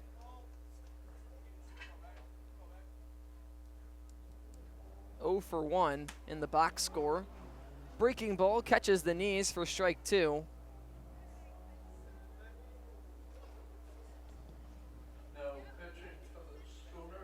When you talk about a guy in the batter's box that stands at 6'5", there's a lot of vertical room to work with. A line drive into right field and down. It will work into the alley. Johnson rounding first, digging for 2 and in safely. A leadoff double to begin the bottom of the 8th. The Newport offense back in business, courtesy of Cole Johnson. And what a swing from the first baseman, Johnson, as he absolutely roped that ball into the right center field gap. Something you love to see if you're hitting coaches for the Newport Gulls, putting one the other way over the head of the second baseman, Jamie Z. And here at Cardines, it can roll quite a ways into that back right center field fencing, 343, all the way back there in the ivy. So after Johnson's leadoff double, Adam Broski, a mic malfunction with the PA announcer. A slight delay. This is the 5th inning of this game that Newport has had a leadoff man reach base. Creates more opportunities. Broski showing bunt, taps it in fair. Picked up by the catcher, throw to first in time. But a good situational bunt from Adam Broski, who kept it simple, put it right back in front of the plate, advances Cole Johnson the 90 feet over to third. And now some much-needed insurance, stands just 90 feet away with a pinch hitter. It's going to be Cade Brown out of Georgia Tech, stepping in for Mason Legenza. Some small ball there from the Newport Gulls. Sacrifice bunt. Try to get that extra insurance, trying to go up 3 for the 9th inning. First pitch into Brown, misses up. Cade Brown batting .200 on the season, this being his 7th appearance. Through 20 at-bats, he's recorded 4 hits for 3 RBIs. Infield moving in for Mystic as Calvin Gregory blows the first strike by him to even it up at 1s. 1 ball, 1 strike, 1 out. Brown took a healthy hack at that fastball from Gregory. What would be Newport's 7th run of the ball game, and Cole Johnson stands over at third. Brown watches the 2nd strike of the AB. Has to try and shorten up on something here. Force the Schooners to make a play. The top of the order, and Gus Gandy stands on deck. Gregory kicks and deals the 1-2 upstairs. 2 balls, 2 strikes. Now the thought is they took out Lagenza, the lefty, so they didn't have the lefty-lefty matchup on Gregory. I just think it was more of a factor with the way that Brown's been swinging as well. I mean, he had a slow start through those first 6 game starts that I've mentioned, but as of late, he's just been swinging the bat better altogether, putting it to different parts of the field, making better contact. Well, they haven't all resulted in hits. They've been good pieces of contact as he shoots that one straight back and will do it again. 3 balls, 2 strikes, 1 out. A good battle here by Brown. Be interesting to see what Mystic does if Brown were to walk and get on first. Do you try and play for the double play with a speedy guy like Gus Gandy stepping in, or do you keep the offense up, which could potentially give Cade Brown a free second base bag? The 3-2, breaking ball, loopy, misses up and in. So Brown works the full count walk, turns the lineup over to Gus Gandy. Gandy picked up a single up the middle his last time around. 1 for 3 here today.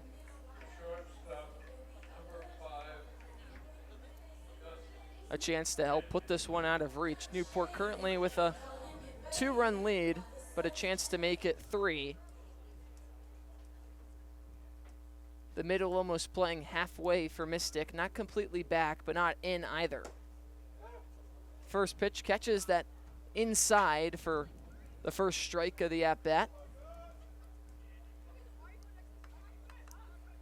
Big hole at that shortstop position as Mystic's trying to play for the double play with mid infield.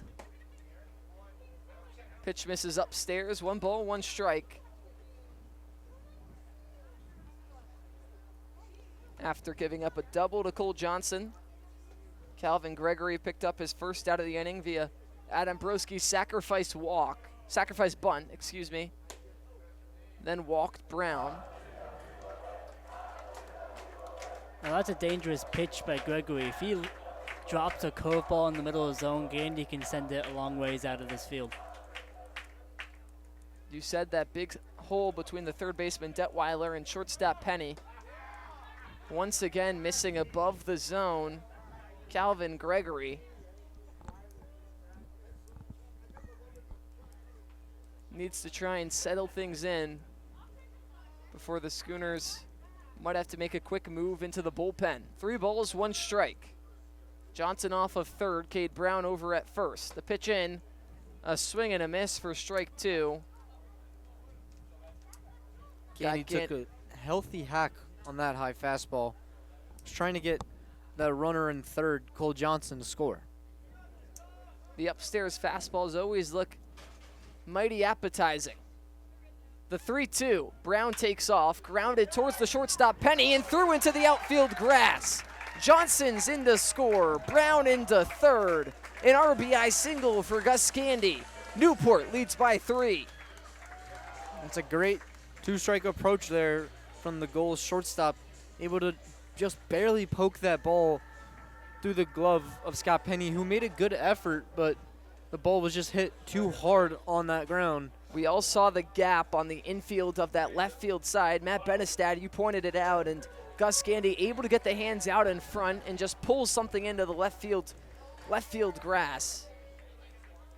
An RBI single to help give Newport some much-needed insurance. Now a 7-4 ball game. The first pitch into number 1, Caden Cloud, who got the offensive party started here tonight with his 3-run blast, steps in.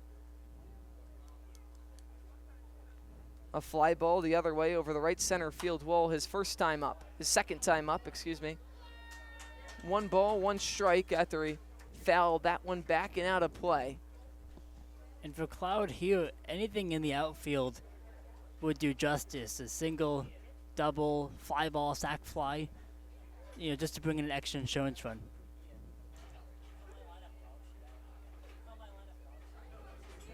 What would be the 8th run of the ball game, stands over at third, and Cade Brown. Pitch misses outside, 2 balls, 1 strike. Newport looking for their first home win since last Wednesday. The 2-1 offered at and back into the mitt. 2 balls, 2 strikes. Still just 1 out in the bottom of the 8th.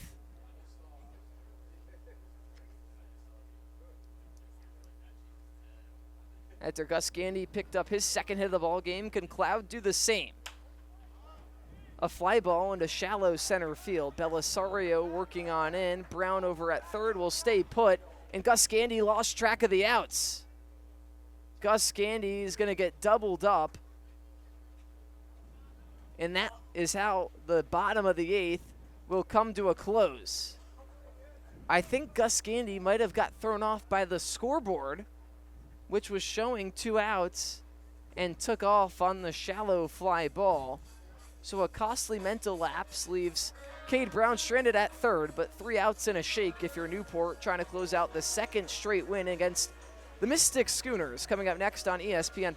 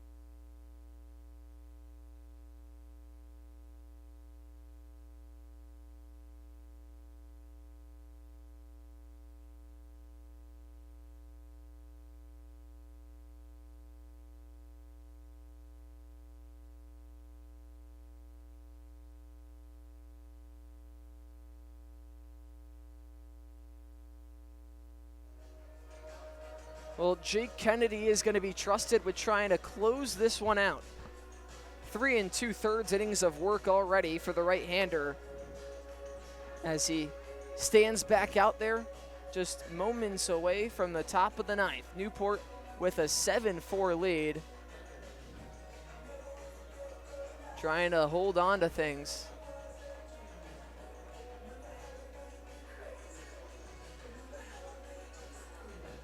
And for the Schooners, it's all it's up to. It's 7-8-9 to try to break this, to try to make a miracle here and come back from down 7-4. You're right. It's one batter at a time, and it'll be 7-8-9, and Belisario, Justin Best, and Christian Butera leading things off. Last time we saw these teams face off, we saw a crazy 6-run deficit erased in 7 straight base runners reached for the Schooners in that bottom of the 11th inning. So all it takes is just a couple of base runners to reach. You just got to take it one batter at a time if you're Mystic. Well, we're going to have to rewind for just a second here, as that run is going to count.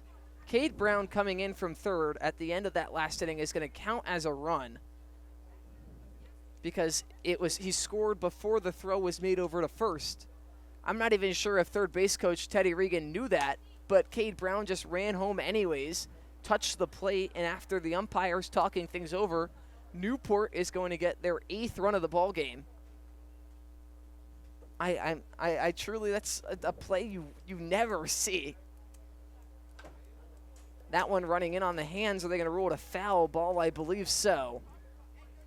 Now, the play happens a lot. I just think in the moment, no one knew what was going on. The scoreboard might have been wrong. Yeah, especially at such a high level. You don't see guys forget outs all that often. And when you factor in the having a runner in third as well. But part of me wonders, would you ever, now my mind is racing that, could you ever use that to your advantage? If you have one out and you want to just take the pressure off, because that was a shallow fly ball. But if you just send the runner at first, cause some confusion, have them take their time, and Brown comes in and scores, I mean, wow. And we'll see if that one ends up mattering. Newport with an 8-4 lead, but now far more comfortable. Well, the main time that usually works is when there's that 2 outs and men on first and third, and you kind of get that one person stuck and try to get the guy The from third. 2-2 fouled right back into the mitt.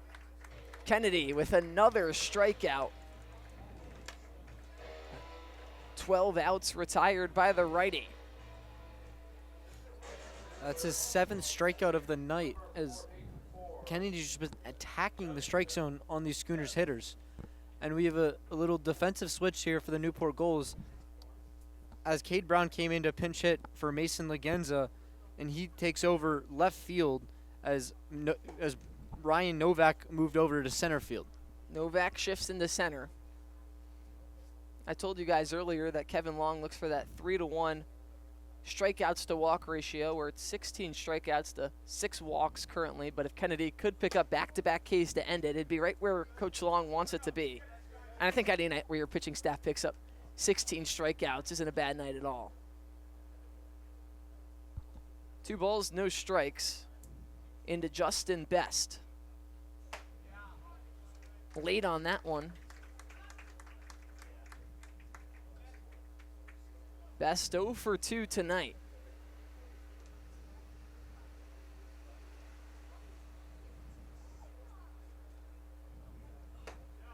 Kennedy goes right back to the heat. Best still can't catch up to it. I'll tell you what surprises me most. I was a youth umpire back home. I had no clue about that rule. Thank goodness it never happened to me, Matt Benestad.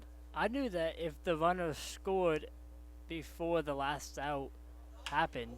2-2 sawed off, shallow into center field and down for a bloop single. Justin Best caught it in off the hands, but powers it through into the shallow center field grass. Turns it over to Christian Butera. And Best didn't hit it as solidly as he probably would have liked to, but he'll take a base hit anytime he can get one.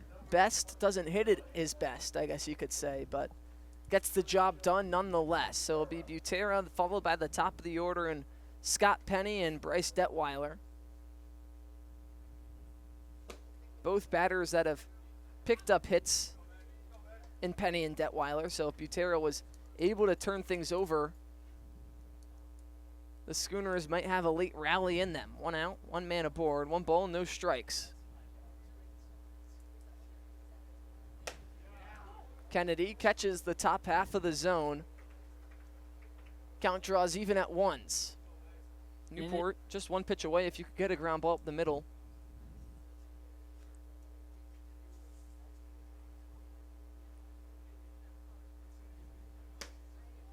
One misses down low. 2 balls, 1 strike. And Kennedy in his 4th inning of relief, really not showing any signs of fatigue or tiredness out there. He's looking strong, looking comfortable out there on the mound.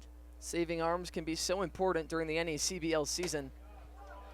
A wave and a miss at strike 2, blowing the high heat by him, and that's been Kennedy's bread and butter all evening long. 7 strikeouts to his name already, trying to pick up his 8th. Penny's just been pounding the zone here, as this is the 64th pitch coming up. The 2-2, called strike 3. I was just about to say Kennedy has 7 strikeouts on the day, but all of them have been swinging. But this time he freezes Butera for the 2nd out of the inning. Newport just 1 pitch away from back-to-back wins and improving to 5-6-1. The last home win came last Wednesday against the Vermont Mountaineers. Trying to please the Cardines hopeful. First pitch in for a strike against Penny.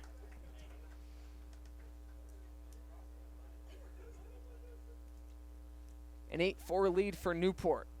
Mystic down to their final out. The 0-1 skips in the dirt. Broski keeps it in front. 1 ball, 1 strike. Now watching Adam Broski, he's one of the best defensive catchers I've watched in person. Good behind the plate, good arm, throw down the second. He really checks off all the boxes on the defensive side of things, especially. The 1-1. Called strike 2 right down Broadway.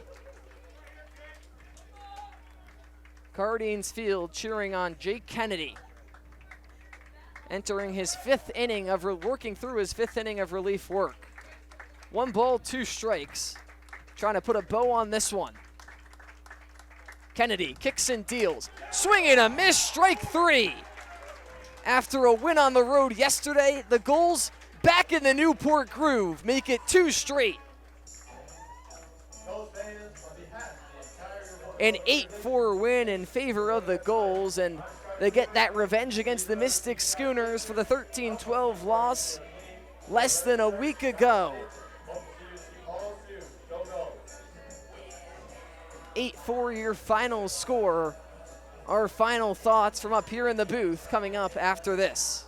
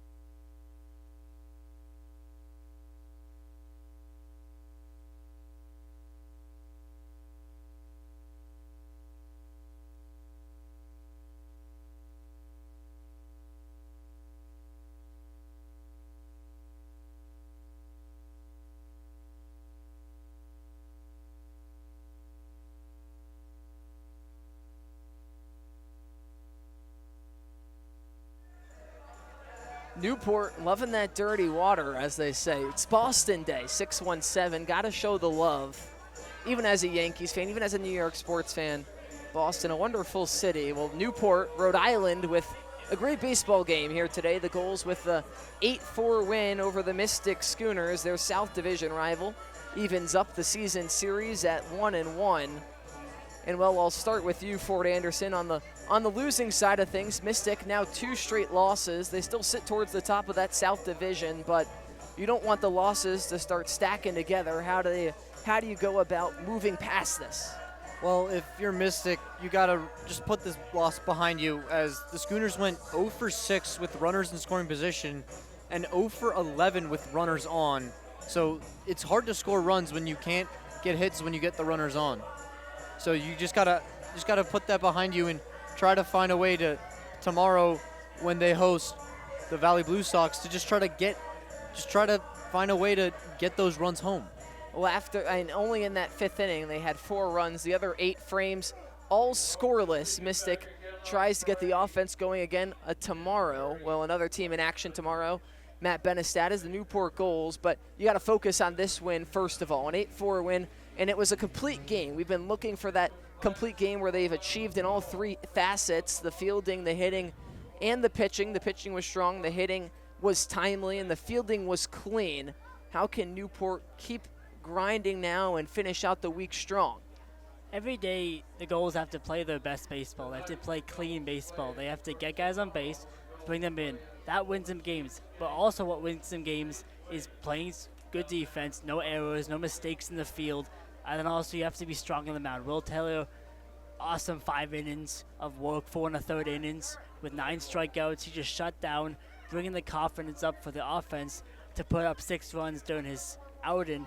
And then Jake Kennedy out of the bullpen, he came in a tough situation where Mystic scored 4 runs and kind of got some momentum back, but he kind of took it out of them and just shut them down for the rest of the game. And so a complete baseball game for the Gulls, and it's a good game to work on to take on Ocean State tomorrow and then be back here on Friday, just taking one game at a time over this long summer baseball season. Yeah, you got to give that performance from Jake Kennedy out of the bullpen its flowers. Jake Kennedy, truly remarkable. 4 2/3 innings of relief work here tonight for the Gulls. He came in and just shut things down. Newport, as you said, Matt Benestad, a little Rhode Island rivalry against the Ocean State Waves taking place tomorrow. Before we say goodnight from Guardians Field, just a couple of thank yous. First to our media team, Olivia, Tyler, Michael, Veronica, and Adelina, the best in the biz, as I like to say, at what they do. The broadcast operations crew as well, Carter, Matt Clements, Ethan Poole, all working our cameras today. Joe Dupuis and Sorka Lewis downstairs in the dungeon, as they like to call it. Tom Lima and Mikey Basile are overseeing two headmen, I guess you could say, in charge of the production. And PJ Moynihan, the executive producer of any CBL baseball. We thank you for tuning in to this 8-4 win in favor of the Newport Gulls. From here in the booth, Matt Benestad, Ford Anderson, I'm Harry Tidgewell. This was an ESPN presentation, copyright New England Collegiate Baseball League. Have a great night, everybody. Post-game, the Gulls with an 8-4 win over the Mystic Schooners. And, well, a main reason why was Jake Kennedy, just masterful out of relief in the bullpen today. And Jake being able to come in and settle things down during that chaotic fifth inning, but then just keep rolling the rest of the way. What do you attribute that success to? Just going in, competing one pitch at a time, attacking the zone and letting the defense work. You came up with a big win yesterday in North Adams, now able to get it done in front of the home crowd for the first time in a week. What's that feeling like recording that final out? It's awesome, playing here at Cardines. It's been cool. I've been here for a week now, and I love it. It's like pack it out pretty good. It's a good environment, and, just going out there and, like I said, just one pitch at a time, staying on the attack all the way through the end. Halfway through the week, how can the pitching staff, the Gulls all together, look to keep rolling as you approach the final 3 games of the week? Yeah, just, got to keep going one game at a time. Well, Jake Kennedy, today's player of the game with his relief work performance. That does it from Cardines Field, saying so long and good night. I'm Harry Tidgewell.